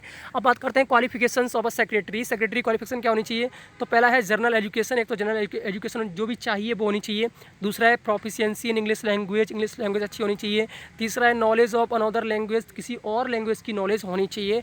चौथा है जनरल नॉलेज, जीके होना चाहिए उसे, daily day to day life में क्या चल रहा है, ठीक, करंट अफेयर्स क्या है, कौन सी चीज़ कहाँ पे, इसकी भी नॉलेज होनी चाहिए। पांचवा है practical knowledge of office management. Office management की प्रैक्टिकल नॉलेज होनी चाहिए। सिक्स्थ है पर्सनल क्वालिटीज़, जो पर्सनल क्वालिटीज़ हैं पर्सनैलिटी के लिए वो उसके अंदर होनी चाहिए। लाइक ट्रुथफुल होना चाहिए, ठीक है, कम्युनिकेशन इससे अच्छी होनी चाहिए, अटेंटिव होना चाहिए, सिंसियर होना चाहिए, सारी पर्सनल क्वालिटीज़ के अंदर होनी चाहिए। अब बात करते हैं टाइप्स ऑफ सेक्रेटरीज़ की। तो पहला है private secretary. A private secretary is a secretary to an individual officials administrator और chief executive of a business firm. मतलब किसी भी बिजनेस फर्म का एक कोई अलग से मतलब अपना एक इंडिविजुअल सेक्रेटरी मतलब रख रखा है, उसे हम बोलते हैं प्राइवेट सेक्रेटरी। खुद का एक निजी सेक्रेटरी रखना उसे हम बोलते हैं प्राइवेट, ठीक है। आगे बात करते हैं सेक्रेटरी ऑफ एन एसोसिएशन और क्लब, ठीक है। दूसरा है सेक्रेटरी किसी भी एसोसिएशन या किसी भी क्लब का। जैसे मान लो कोई क्लब है या कोई एसोसिएशन है, लाइक बीसीसीआई हो गया, ठीक है, या फिर कोई क्लब है, फुटबॉल क्लब है, बास्केटबॉल क्लब है, तो इनका कोई सेक्रेटरी रख लिया उन्हें अपने हिसाब से, तो वो हो गया दूसरा टाइप सेक्रेटरी का। तीसरा है secretary of a cooperative society. जो कोऑपरेटिव सोसाइटी होती है जो सोशल वर्क करती है उनका सेक्रेटरी हो गया। चौथा है secretary of a local body. Local body क्या कहलाती है, एरिया और small community such as villages, towns और सिटीज़। मतलब कोई एरिया जो लाइक विलेजेस हो या टाउन या सिटीज़ हो, जो लोकल बॉडीज़ होती हैं, लाइक आपका म्युनिसिपल कॉर्पोरेशन हो गया, ठीक है, इनके सेक्रेटरीज़ होते हैं, वो एक टाइप हो गया अलग। पांचवा है secretary of a government department. जो गवर्नमेंट डिपार्टमेंट है उनका सेक्रेटरी एक टाइप है। सिक्स्थ है कंपनी सेक्रेटरी, किसी भी कंपनी का सेक्रेटरी भी एक टाइप है। तो ये हो गया टाइप्स ऑफ सेक्रेटरीज। अब बात करते हैं क्वेश्चन नंबर 15 का, what do you understand by secretary. मैं पहले बता चुका हूँ लेकिन मैं यहाँ दोबारा दे दिया क्योंकि उसमें मैंने सिर्फ 4 क्वेश्चंस लिखे थे, मीनिंग नहीं पूछा था सेक्रेटरी का, बट सेक्रेटरी का मीनिंग पूछ सकते हैं इसलिए मैंने यहाँ पे दे दिया। और एक्सप्लेन ड्यूटीज़ ऑफ सेक्रेटरी, एक पॉइंट छूट रहा था, ड्यूटीज़ ऑफ सेक्रेटरी, इसलिए मैंने इस क्वेश्चन को रखा है। छोटा सा है, समझ लेते हैं। सेक्रेटरी क्या होता है, someone who works in an office writing letters, making phone calls and arranging meetings for a person और फॉर एन ऑर्गेनाइजेशन। मतलब कोई ऐसा इंसान जो एक ऑफिस के लिए काम करता है, क्या करता है, लेटर राइट करता है, फ़ोन कॉल्स को उठाता है, अरेंजमेंट करता है किसका, मीटिंग्स का, ठीक है, किसी एक आदमी या किसी ऑर्गेनाइजेशन के लिए, ठीक है। कोई ऐसा इंसान जिसको एक आदमी के लिए, एक पर्सन के लिए, किसी भी एक फर्म के लिए रखा गया है, जो कि क्या करे, उसके लिए लेटर्स लिखे, उसके फ़ोन कॉल्स को उठाए, उसके अरेंजमेंट करे मीटिंग्स का, उसे हम बोलते हैं secretary. Duties of a secretaries क्या होती है, आंसरिंग कॉल्स, कॉल्स का आंसर करना, टेकिंग मैसेज को लेना, एंड हैंडलिंग और सबको हैंडल करना। दूसरा है maintaining diaries and arranging appointments, diaries को मेंटेन करना, अपॉइंटमेंट्स को अरेंज करना, किससे मिलना है, कब मिलना है। तीसरा है typing, preparing and collecting reports को टाइप करना, प्रिपेयर करना, उनको कलेक्ट करना किसका काम होता है, सेक्रेटरी का। अगला है डॉक्यूमेंट मैनेजमेंट, डॉक्यूमेंट को मैनेज करना भी सेक्रेटरी का काम होता है। नेक्स्ट है ऑफिस टास्क को करना किसका काम होता है, सेक्रेटरी का। थक गया यार, चलो कोई ना, कुछ और बच्चे हैं उनको समझ लेते हैं। तो अब बात कर रहे हैं डिफरेंस बिटवीन, कुछ 4 टॉपिक्स इनकी बात कर लेते हैं। पहला है virtual office and physical office. दोनों के बारे में अच्छे से पढ़ चुके हैं, वर्चुअल ऑफिस भी पता है हमें, फिजिकल ऑफिस पता है, लेकिन फिर भी डिफरेंस देख लेते हैं। जैसे मीनिंग की बात करें तो virtual office is a business alternative that provides access to a remote working space and office related activities without the requirement of a permanent office. मतलब कि आपको बिल्डिंग या रूम की नीड नहीं होती वर्चुअल ऑफिस में, ये एक रिमोटली चलता है, ठीक है, आपके सिस्टम पे चलता है, उसे हम बोलते हैं वर्चुअल ऑफिस। वहीं बात करें फिजिकल ऑफिस की, तो physical office is a core work area for everyday duties in a business organisation. आपको डेली ड्यूटीज़ करने के लिए आपको एक फिजिकल ऑफिस की नीड पड़ती है। वो फिजिकल आपके पास रूम होना चाहिए, बिल्डिंग होनी चाहिए, इक्विपमेंट होने चाहिए, ठीक है। तो ये हो गया मीनिंग। दूसरा है स्पेंडिंग, तो virtual office is cheaper than physical one. अब सिंपल है कि फिजिकल ऑफिस से चीपर होगा, आपको सिर्फ पीसी चाहिए, कंप्यूटर चाहिए, ठीक है, कोई इक्विपमेंट नहीं चाहिए आपको। फिजिकल ऑफिस में भी कंप्यूटर चाहिए, वहाँ पे आपको रेंट देना पड़ता है, मंथली मेंटेनेंस चाहिए, ठीक है, बट यहाँ पे ऐसा नहीं है। तीसरा है expansion cost, in a company wishes to grow in other areas a virtual office can assist.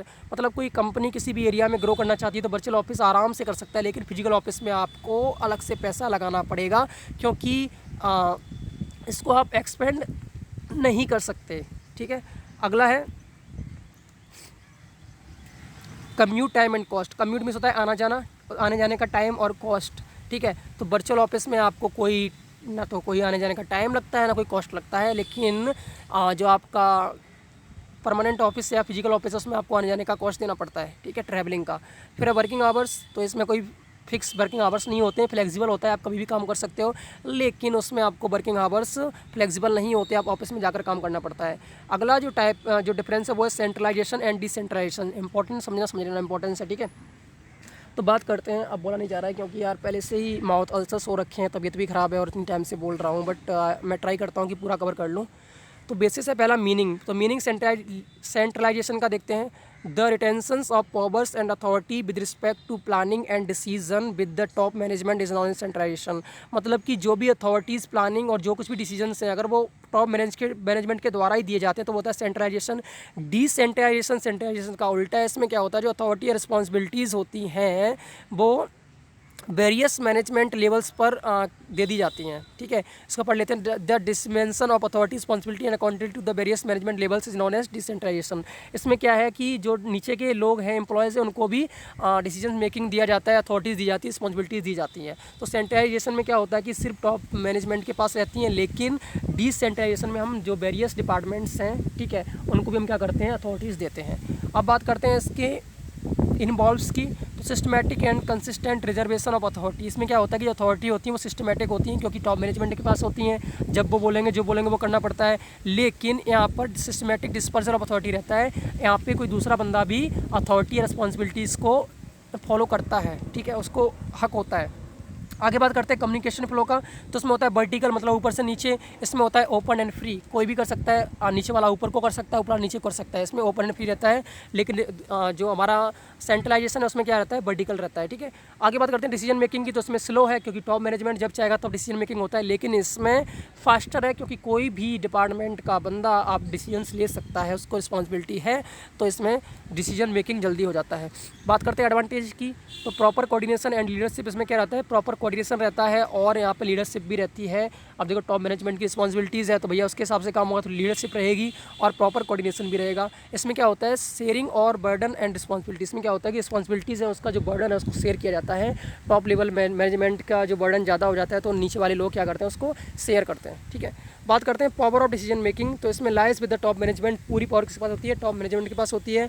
इसमें multiple persons have the power of decision making, इसमें बहुत सारे लोग होते हैं जिनके पास पावर रहती है किसकी, डिसीजन मेकिंग की। अब बात करते हैं बेस्ट सूटेड फॉर ये सूटेड होती है किसके लिए, स्मॉल साइज ऑर्गेनाइजेशन के लिए, कोई छोटे मोटे ऑर्गेनाइजेशन है उनके लिए, और ये होता है लार्ज साइज ऑर्गेनाइजेशन, जो बड़े बड़े ऑर्गेनाइजेशन उनके लिए। अब ऐसा क्यों है, देखो छोटे मोटे में आप अकेले हैंडल कर सकते हो, लेकिन अगर लार्ज साइज ऑर्गेनाइजेशन है उसमें तो आपको और लोग भी चाहिए, क्योंकि बड़े बड़े डिपार्टमेंट्स होते हैं। आप चाहो कि आप सेल्स, परचेसिंग, प्रोडक्शन सब चीज़ हैंडल कर लो, तो आपके बस का नहीं है, कितना हैंडल करोगे, तो आपको कुछ ना कुछ रिस्पॉन्सिबिलिटीज़ दूसरे लोगों को देनी पड़ेगी। आगे बात करते हैं, अगला हमारा है recurring expenditure and non recurring expenditure. Important है, समझ लेते हैं। पहला बेसिस देखते हैं, मीनिंग है। तो रिकरिंग में क्या होता है, they include all those expenses which are incurred on a regular basis and are a part of ongoing business operation of the company. मतलब इसमें क्या होता है कि जितने भी एक्सपेंसेस जो रेगुलर बेसिस पे होते हैं वो होते हैं रिकरिंग एक्सपेंडिचर। नॉन रिकरिंग क्या होता है कि कभी एक एक्स्ट्रा ऑर्डनरी सर्कमटेंस आ गया जिसकी वजह से कोई चीज़ हमें कोई एक्सपेंडिचर करना पड़ा, तो वो क्या होता है, नॉन रिकरिंग। एग्जांपल लेते हैं, जैसे मान लो कि आपको सैलरी देनी है, कैसा है, रिकरिंग है। और आपको अगर कोई मशीनरी खरीदनी है, जैसे मान लो कि मशीन आपकी 5-6 साल में काम करना बंद कर दी, आपको नया मशीन खरीदना है, तो वो कौन सा है, नॉन रिकरिंग है। आगे पढ़ लेंगे। फ्रीक्वेंसी होती है फ्रीक्वेंटली ऑन पीरियड की बेसिस, कुछ पीरियड पे लाइक मंथली या फिर वीकली आपको ये करने पड़ते हैं। ऑफन एक्कर ओनली वंस, ये कैसे होता है कि कभी कभार हो जाता है एक्सपेंडिचर, ठीक है। आगे बात करते हैं रेवेन्यू ऑफ कैपिटल नेचर, ठीक है। तो जो रिकरिंग है वो कैसा है, रेवेन्यू है, मतलब कि आप कोई चीज़ रेवेन्यू पाने के लिए आप क्या कर रहे हो, एक्सपेंडिचर कर रहे हो। लेकिन जो नॉन रिकरिंग है वो कैसा है, कैपिटल है। लाइक आपने कोई एसेट खरीदा तो आपकी वो कैपिटल में जॉइन हो जाएगा। तो आप जब भी नॉन रिकरिंग एक्सपेंस करते हो तो आप क्या करते हो, अपने कैपिटल को इंक्रीज़ करते हो। आगे बात करते हैं कॉजेज़ की।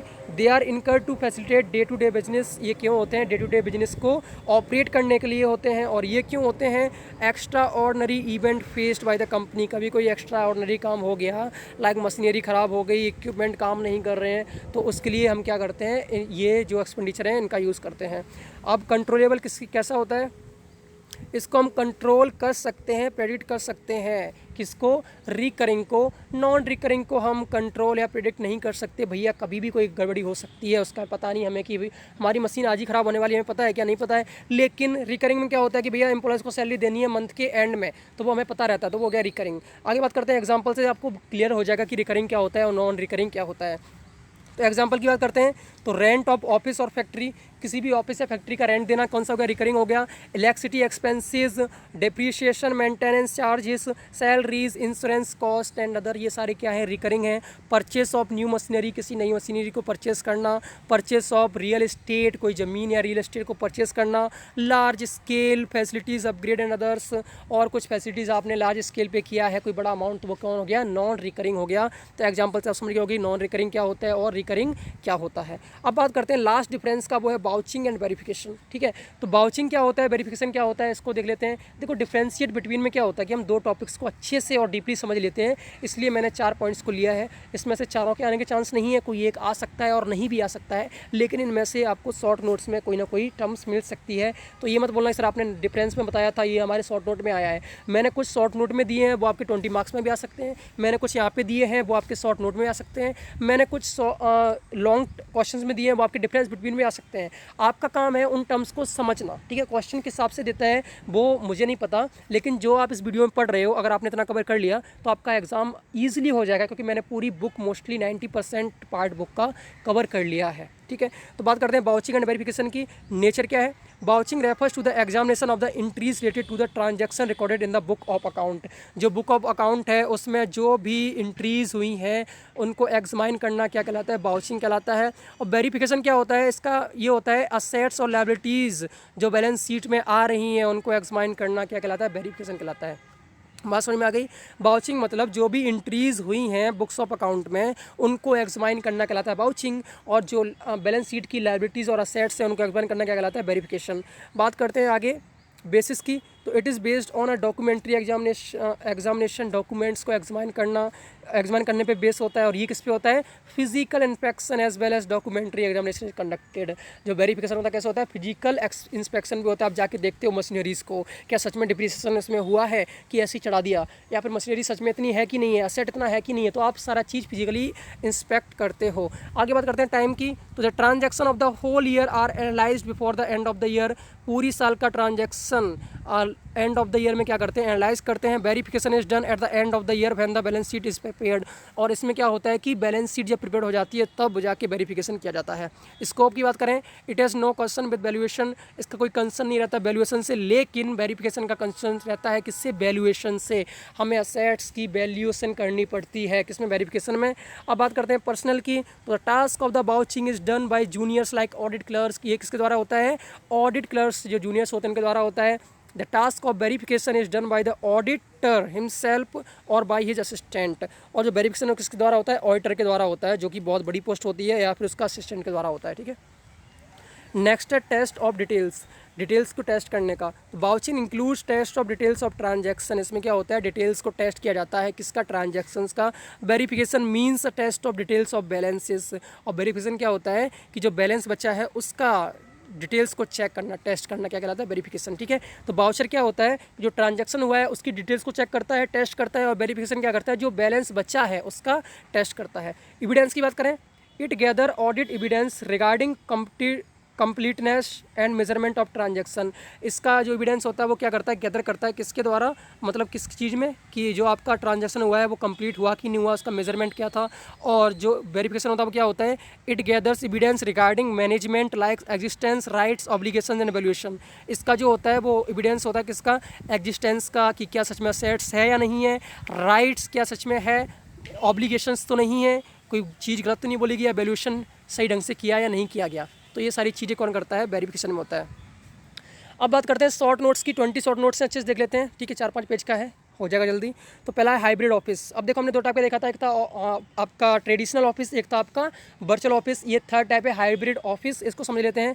A hybrid office is an arrangement in which a companies manager and employees sometimes work together in a physical office and sometime work remotely. इसमें क्या होता है कि जो कंपनी के मैनेजर और एम्प्लॉयज़ हैं वो कभी तो ऑफिस में, फिजिकल ऑफिस में वर्क करते हैं, और कभी भी क्या होता है कि वो रिमोटली वर्चुअल ऑफिस में काम करते हैं, उसे हम बोलते हैं हाइब्रिड ऑफिस। ऐसा ऑफिस जिसके एम्प्लॉयज़ और जो मैनेजर्स हैं वो कभी कभी परमानेंट ऑफिस में वर्क करते हैं लाइक फिजिकल ऑफिस, और कभी कभी क्या करते हैं वो अपने कंप्यूटर से भी वर्क करते हैं, उसे हम बोलते हैं हाइब्रिड ऑफिस।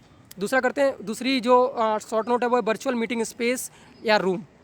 ठीक है, a virtual meeting room is a unique identifier that allows a meeting organisation to involve attendance from disparities geographical locations to collaborate in real time. हाँ, इसको समझ लेते हैं। ठीक है, ज़्यादा पढ़ने की नीड नहीं है। देखो सिंपल सा, इसमें गूगल मीट हो गया या जूम हो गया, इसमें क्या करते हैं कि हम अपनी वर्चुअली मीटिंग कंडक्ट कराते हैं, तो इन्हें हम बोलते हैं वर्चुअल मीटिंग स्पेस। ऐसा कोई ऐप या ऐसा कोई जगह है जहाँ पे हम क्या कर रहे हैं, वर्चुअली मीटिंग को कंडक्ट कर रहे हैं। ठीक है, तो वो क्या हो गया, वर्चुअल मीटिंग स्पेस हो गया। बस इतना है, जिसमें हम अटेंडेंस लेते हैं, कितने लोगों को हमें इनवाइट करना है, कौन कौन, मतलब उसमें हर चीज़ होती है कि हम जिसको इनवाइट करना चाहते हैं वही आ सकता है, कोई और नहीं आ सकता। ठीक है, तो ये सारी चीज़ें वर्चुअल मीटिंग स्पेस में होती हैं। तीसरा है office procedure. Office procedure are necessary to ensure efficiency in the work place. Office procedure क्या होता है कि जो वर्क प्लेस है उसमें एफिशिएंसी को इंश्योर करता है। Handling calls in and out, calls को लेना और देना। ठीक है, पेपर वर्क को करना। फाइलिंग, टेकिंग मैसेजेस, फाइलिंग करना, मैसेज को लेना। ठीक है, कस्टमर इंटरेक्शन, कस्टमर से इंटरेक्ट करना। And even furniture arrangement, furniture को अरेंज करना। All fall under office procedure. सब किसके अंदर आता है, ऑफिस प्रोसीजर के अंदर आता है। चौथा जो शॉर्ट नोट है वो है ऑफिस लोकेशन एंड लेआउट। ठीक है, तो ऑफिस लोकेशन और लेआउट क्या होता है, office location means the place and site where the office of an organisation is situated. मतलब ऐसी कोई प्लेस या कोई साइट जहाँ पे ऑफिस सिचुएटेड है उसे हम बोलते हैं ऑफिस लोकेशन। और the term office layout deals with the design and decor of an office. जो ऑफिस लेआउट है वो क्या होता है, जो ऑफिस में आपने डिज़ाइन कर रखा है, डेकोरेट किया है, उसे हम बोलते हैं ऑफिस लेआउट। मतलब जो ऑफिस को आपने सजाया है, कहाँ पे सोफा रखा है, कहाँ पे इक्विपमेंट रखे हैं, वो लेआउट हो गया। और कौन सी जगह पे आपने ऑफिस खरीदा है वो हो गया आपका लोकेशन। ठीक है, आगे बात करते हैं एक्टिविटीज़ ऑफ ऑफिस। एक्टिविटीज़ क्या होती हैं ऑफिस की, पहला है handling incoming and outgoing mails. जो मेल्स आ रहे हैं जा रहे हैं उनको हैंडल करना। दूसरा है developing office systems, procedures and methods. Office system को डेवलप करना, उनके प्रोसीजर्स को और मेथड्स को डेवलप करना। तीसरा है मेंटेनेंस ऑफ रिकॉर्ड्स को मेंटेन करना लाइक फाइलिंग एंड इंडेक्सिंग। चौथा है designing and procuring at office forms. ठीक है, स्टेशनरी, जो ऑफिस फॉर्म्स हैं और स्टेशनरी उसको डिज़ाइन करना और प्रोक्यूर करना। अगला है requirement and training of office staff. Office staff की रिक्रूटमेंट मतलब रिक्रूटमेंट करना, उनको लेना और उनको मतलब जॉइनिंग देना और ट्रेनिंग देना, किसका काम होता है, ऑफिस की एक्टिविटीज़ होती हैं। सिक्स्थ है हमारा फंक्शन ऑफ ऑफिस मैनेजर और control measures for an office manager. दोनों का आंसर एक ही है, चाहे वो फंक्शन ऑफ ऑफिस मैनेजर पूछ ले या फिर control measures for an office manager पूछ ले। तो पहला है organising meetings and managing database. या आप पहला काम क्या होता है फंक्शन ऑफिस मैनेजर का कि जो मीटिंग है उनको ऑर्गेनाइज करना होता है, और जो डाटा बेसिस है मतलब जितना डाटा है कंपनी का उसको क्या करना है, मैनेज करना है। दूसरा है booking transport and accommodation. Transport के लिए बुकिंग करना पड़ता है, और अकोमोडेशन जितना भी अकोमोडेट कर रहे हैं मतलब किसी भी एम्प्लॉयज़ को अकोमोडेट कर रहे हैं कोई भी चीज़, ठीक है, ट्रांसपोर्ट का या किसी भी चीज़ का, उसको भी क्या करना पड़ता है, देखना पड़ता है। Organising company events and conference. Company के इवेंट्स को ऑर्गेनाइज करना है, कॉन्फ्रेंस पे कभी वीडियो कॉल होता है कभी कुछ होता है तो उसको भी क्या करता है, ऑर्गेनाइज करता है। अगला है ordering stationery and equipment. Stationery को ऑर्डर करना है या इक्विपमेंट को ऑर्डर करना किसका काम होता है, ऑफिस मैनेजर का काम होता है। नेक्स्ट है dealing with complaint and queries. जितनी भी कंप्लेंट्स या क्वेरीज हैं उनके साथ डील करना। नेक्स्ट है preparing letters presentation and reports. Letters को प्रिपेयर करना, प्रेजेंटेशन को प्रिपेयर करना और रिपोर्ट्स को प्रिपेयर करना किसका काम होता है, ऑफिस मैनेजर का काम होता है। सेवन्थ है skills required to be an officer. Officer बनने के लिए स्किल्स कौन कौन से चाहिए। पहला डिसीजन मेकिंग आना चाहिए। दूसरा है प्रोसेस मैनेजमेंट, प्रोसेस को मैनेजमेंट करना आना चाहिए। तीसरा अटेंशन टू डिटेल्स, जितनी भी डिटेल्स है उनको उनकी अटेंशंस रखनी चाहिए, ठीक है, जो भी डिटेल्स है उनको मतलब एक अच्छे तरीके से हैंडल करना चाहिए, अटेंशन रखनी चाहिए। ऐसा नहीं है कि आप बस ईजिली आलसी बने घूम रहे हो, आपको डिटेल्स पता ही नहीं है। तो हर एक डिटेल्स की क्या होनी चाहिए, अटेंशन होनी चाहिए आपके पास। लीडरशिप होनी चाहिए, कम्युनिकेशन स्किल अच्छी होनी चाहिए, एडमिनिस्ट्रेटिव स्किल अच्छी होनी चाहिए, और कंप्यूटर स्किल भी आपको चाहिए अगर आप ऑफिसर हो, ठीक है। आगे बात करते हैं। 8th है ऑफिस फाइलिंग प्रोसीजर।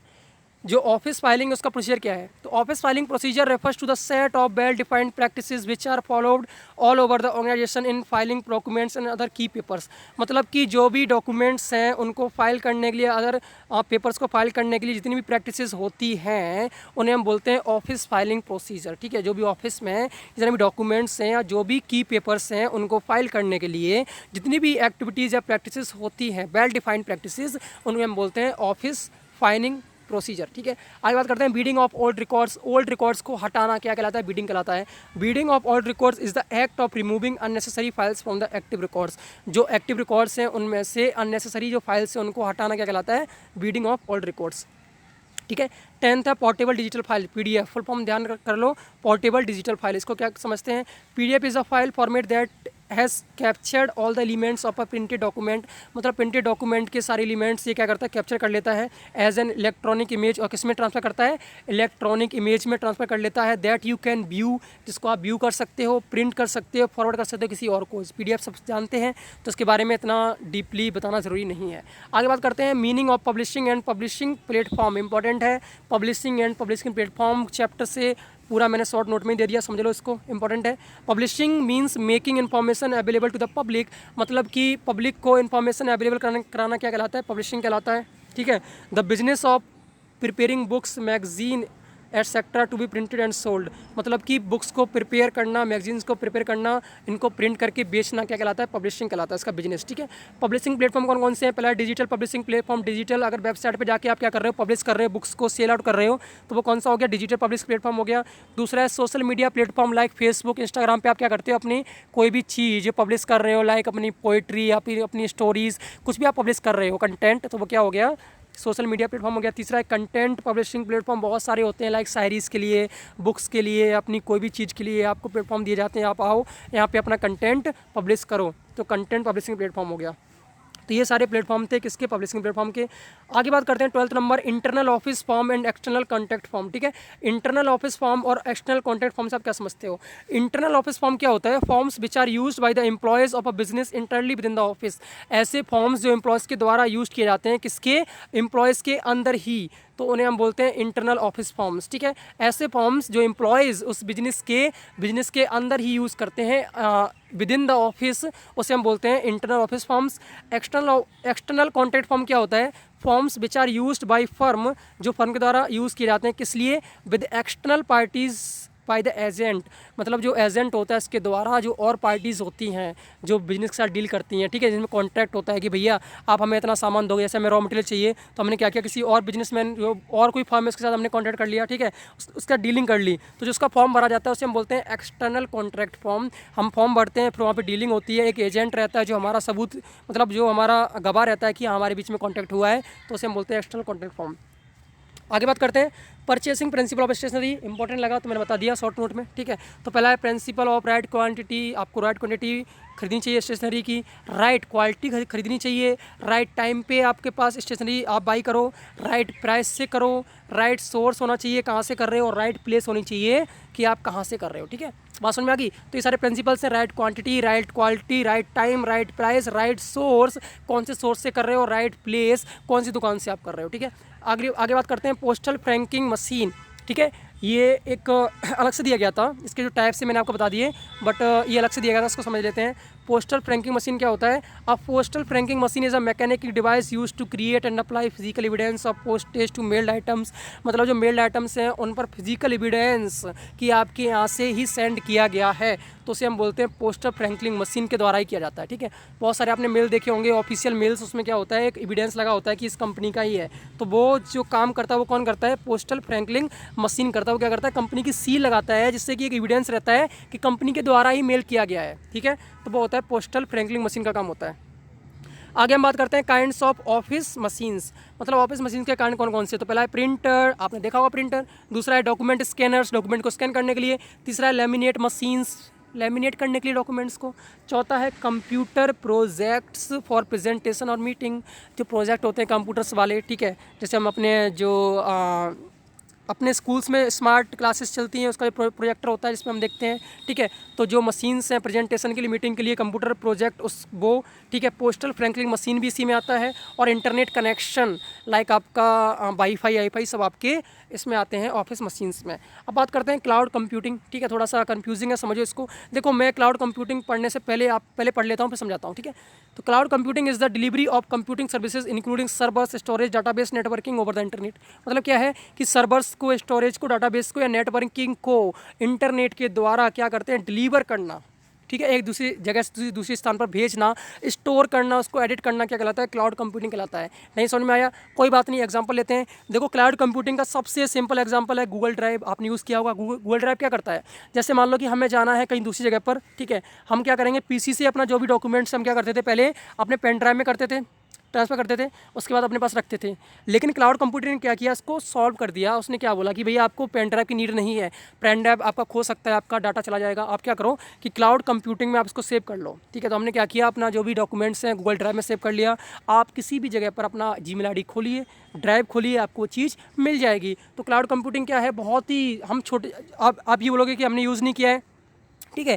अब इसके बहुत सारे एग्जांपल लाइक फेसबुक है। फेसबुक पे आप कोई चीज़ स्टोर कर सकते हो, शेयर कर सकते हो अपने स्टोरीज़ में, या कोई भी चीज़, मतलब कि अपनी चीज़ों को शेयर करना, स्टोर करना, ठीक है, या एडिट करना, क्या कहलाता है? क्लाउड कंप्यूटिंग कहलाता है। बस इतना सिंपल समझ लो। इसका बेस्ट एग्जांपल है गूगल ड्राइव। गूगल ड्राइव को एक्सप्लेन कर देना, आपका आंसर हो जाएगा, ठीक है। स्टोर करने के लिए, एडिट करने के लिए, ट्रांसफ़र करने के लिए, फाइल्स को फ्यूचर रेफरेंस के लिए रखने के लिए, ठीक है। और सिक्योरिटी मतलब सिक्योर रखने के लिए जो भी यूज़ करते हैं वो क्या कहलाता है? क्लाउड कंप्यूटिंग कहलाता है। आगे बात करते हैं एनआरआई, हम पहले पढ़ चुके हैं। An NRI account refers to the accounts open by a non resident Indian. पहले बताया था मैंने, ऐसे ही मतलब आपको बता देता हूँ।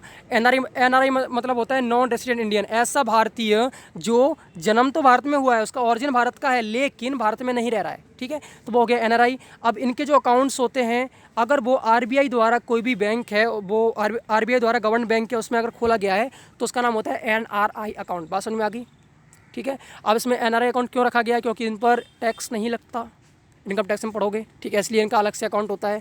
मतलब ऐसे NRIs जिनका जन्म भारत में हुआ है लेकिन उनका भारत में रहते नहीं हैं, उनका अकाउंट अगर RBI के द्वारा, जो बैंक्स हैं जो ऑथराइज्ड हैं RBI द्वारा, उन बैंक्स में है, तो वो कौन सा अकाउंट कहलाएगा? NRI account. आगे बात करते हैं 18 का, मोशन, अमेंडमेंट्स एंड रिजोल्यूशन। तीनों इंपॉर्टेंट है, समझ लो। मोशन क्या होता है? A motion is a formal proposal by a member to do something. मतलब मीटिंग होती है, ठीक है, तो उसमें कोई मेंबर क्या बोलता है कि भैया मैं ये चाहता हूँ, मीटिंग में ये डिसीजन हो, मैं ये चाहता हूँ, ठीक है। तो उसने क्या किया?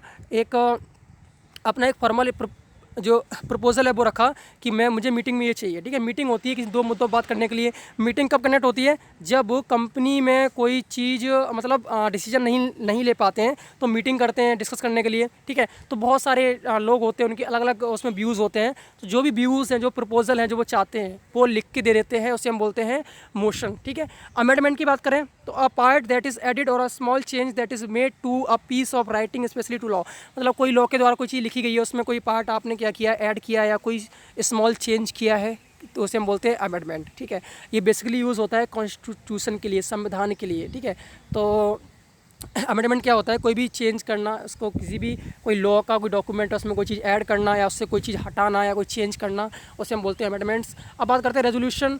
अ resolution is a formal way in which a company can note decision that are made at a meeting of company member, मतलब जो डिसीजंस कंपनी ने मेड किए हैं मीटिंग के दौरान, तो उसको क्या करती है, ये कंपनी नोट डाउन करती है, उसे हम बोलते हैं रेजोल्यूशन, और उसको पास किया जाता है कि ये डिसीजन मीटिंग में लिए गए हैं और ये डिसीजन मान्य है। ठीक है, अगली बात करते हैं 19, सेकंड लास्ट है। थोड़ी खुशी मिल रही है कि हाँ भाई ख़त्म होने वाला है, बहुत देर से बोल रहा हूँ, गला भी सूखा हुआ है, और दूसरी बात ये है कि पार्क में हूँ, घूमना पड़ रहा है क्योंकि सीट्स हैं वो, उसमें पानी, बारिश हुई थी और कुछ धूप में है, तो इतनी देर से खड़े होके मैं मतलब क्लास ले रहा हूँ, तो थका हुआ सा हूँ, बहुत मतलब ज़्यादा फील हो रहा है, चक्कर टाइप का, और माउथ में अल्सर्स भी हो रखे हैं, बहुत प्रॉब्लम में। तो थोड़ी खुशी हो रही है कि लास्ट में आ गए हैं तो कर लेते हैं। तो मेथड ऑफ वोटिंग हम पहले पढ़ चुके हैं सेकंड ईयर में। ठीक है, तो पहला है वॉइस वोट, मतलब कि आवाज़ देकर हाँ हाँ हाँ या नहीं। मान लो कि कोई वोटिंग हो रही है, उसने बोला कि जो उसके पक्ष में वो हाँ बोलें, जो पक्ष में नहीं है वो ना बोलें, तो जिसकी आवाज़ ज़्यादा आती है उसे हम बोलते हैं हाँ भैया हाँ वाले की आवाज़ ज़्यादा है, इसको मान लिया। ठीक है, तो वो वोटिंग, वॉइस वोटिंग वोट हो गया। दूसरा है शो ऑफ हैंड्स, मतलब हाथों खड़ा करना कि जिसके पक्ष में हैंड अप करें, नहीं है मत करें, तो शो ऑफ हैंड हो गया। तीसरा स्टैंडिंग वोट, खड़े हो जाओ, जिसके पक्ष में, जो नहीं है बैठे रहो, तो ये हो गया तीसरा। चौथा है डिवीज़न, इसमें क्या होता है कि दो पार्ट में बांट दिया जाता है कि भैया जो पक्ष में इस तरफ आ जाओ, जो पक्ष में नहीं वो इस तरफ आ जाओ, हो गया डिवीज़न। पाँचवा है बैलेट पेपर, आपको जानते हो बैलेट पेपर क्या होता है कि आपको एक पेज दिया जाता है, उसमें आपको लिखना पड़ता है, मतलब एक बैलेट पेपर आपको एक पेज दिया जाता है, उसमें आप किसको पक्ष में या विपक्ष में डालना चाहते हो वो आपको लिखना पड़ता है, और उसको एक डब्बे में रखा जाता है, फिर बाद में उसको काउंट करते हैं। बैलेट पेपर हो गया। पोल क्या होता है कि आपको पेज दिया जाएगा, आपका नाम लिखा होगा, पक्ष और विपक्ष लिखा होगा, आपको टिक करना है पक्ष में या विपक्ष में। तो ये सारे क्या हैं मेथड है वोटिंग के। अब बात करते हैं 20 and last, agenda and notice. Thank God. Agenda क्या होता है? An agenda is a list of meeting activities in the order in which they are to be taken up.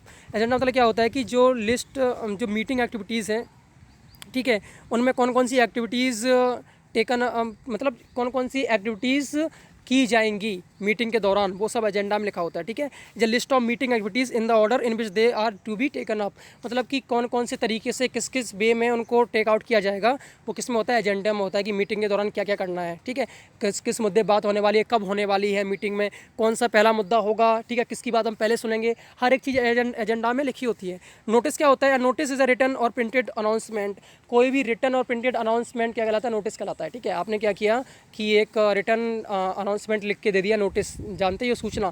ठीक है, तो ये क्या होता है? प्रिंटेड अनाउंसमेंट होता है, रिटन अनाउंसमेंट, जिसे हम नोटिस बोलते हैं। ठीक है, तो ये आपकी ऑफिस मैनेजमेंट की पूरी बुक यहाँ पे कवर हो चुकी है। मोस्टली 90% मैंने यहाँ कवर कर दिया है। निश्चिंत रहिए, वीडियो बड़ी हुई है, मुझे नहीं पता कितने मिनट की हुई है, अभी देखूंगा जब स्टॉप करूँगा तब। ठीक है, बट मेरी हालत तो मेरी ख़राब हो रखी है और दूसरी बात है कि बीमार चल रहा हूँ। आपके लिए ऑल द बेस्ट।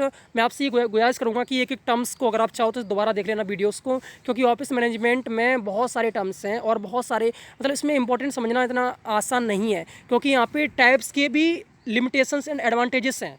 ठीक है, तो बहुत ही डीपली दिया गया है, तो मैंने चाहा है कि इसको ऐसे कवर करूँ कि आपका पढ़ने के बाद आपको लॉस ना हो। देखो टाइम अगर 1 घंटे से 2 घंटा भी हो गया होगा, कोई बात नहीं है, एक्स्ट्रा पढ़ लेना, क्योंकि एग्ज़ाम है यार, मार्क्स चाहिए। ठीक है, तो मैंने मेहनत की है, तो आप भी इतनी मेहनत कर सकते हो। मुझे लिखने में बहुत सारा टाइम लगा है, पूरी रात, मतलब कल का पूरा दिन और पूरी रात गई है। सुबह 5 बजे सोया हूँ और अभी 8 बजे उठ के फिर दोबारा लिखा था, अब वीडियो बना रहा हूँ। ठीक है, तो टाइम मैंने भी दिया है, टाइम आप दे देना 2 घंटे का देखने में।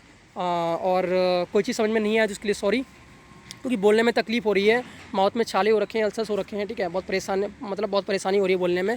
तो वैसे मैंने ट्राई किया है कि उस परेशानी को हटाकर मैं आपकी हेल्प कर सकूं, और मैंने पूरी कोशिश की है हेल्प करने की। अगर कोई पॉइंट समझ में नहीं आया है तो बता देना। ठीक है, और मैं नीचे लिंक दे दूँगा व्हाट्सएप की, जो भी न्यू यूज़र्स आते हैं जो व्हाट्सएप से नहीं आते हैं, वो उस लिंक के मतलब व्हाट्सएप ग्रुप ज्वाइन कर लेना, जिससे कि आपको नोट्स मिल जाएँ, जिससे आपको बाद में मतलब उसको रेफ़र करने में प्रॉब्लम ना हो, क्योंकि वीडियो आप कितने बार देख लोगे, तो नोट्स आपको प्रोवाइड कर दिए जाएंगे।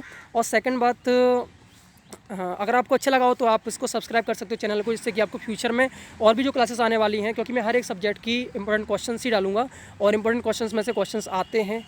इसका सबूत है, जो बच्चे देखते हैं उन्होंने देखा होगा कि आते हैं। ठीक है, तो मैं मेहनत कर रहा हूँ आप लोगों के लिए, तो मैं चाहता हूँ कि ज़्यादा से ज़्यादा लोग इस चीज़ को फॉलो करें और इस चीज़ में जो भी बेनिफिट है वो उसका लुत्फ़ उठाएँ। ठीक है, ऑल द बेस्ट आपके फ्यूचर के लिए, हमारे साथ बने रहिए।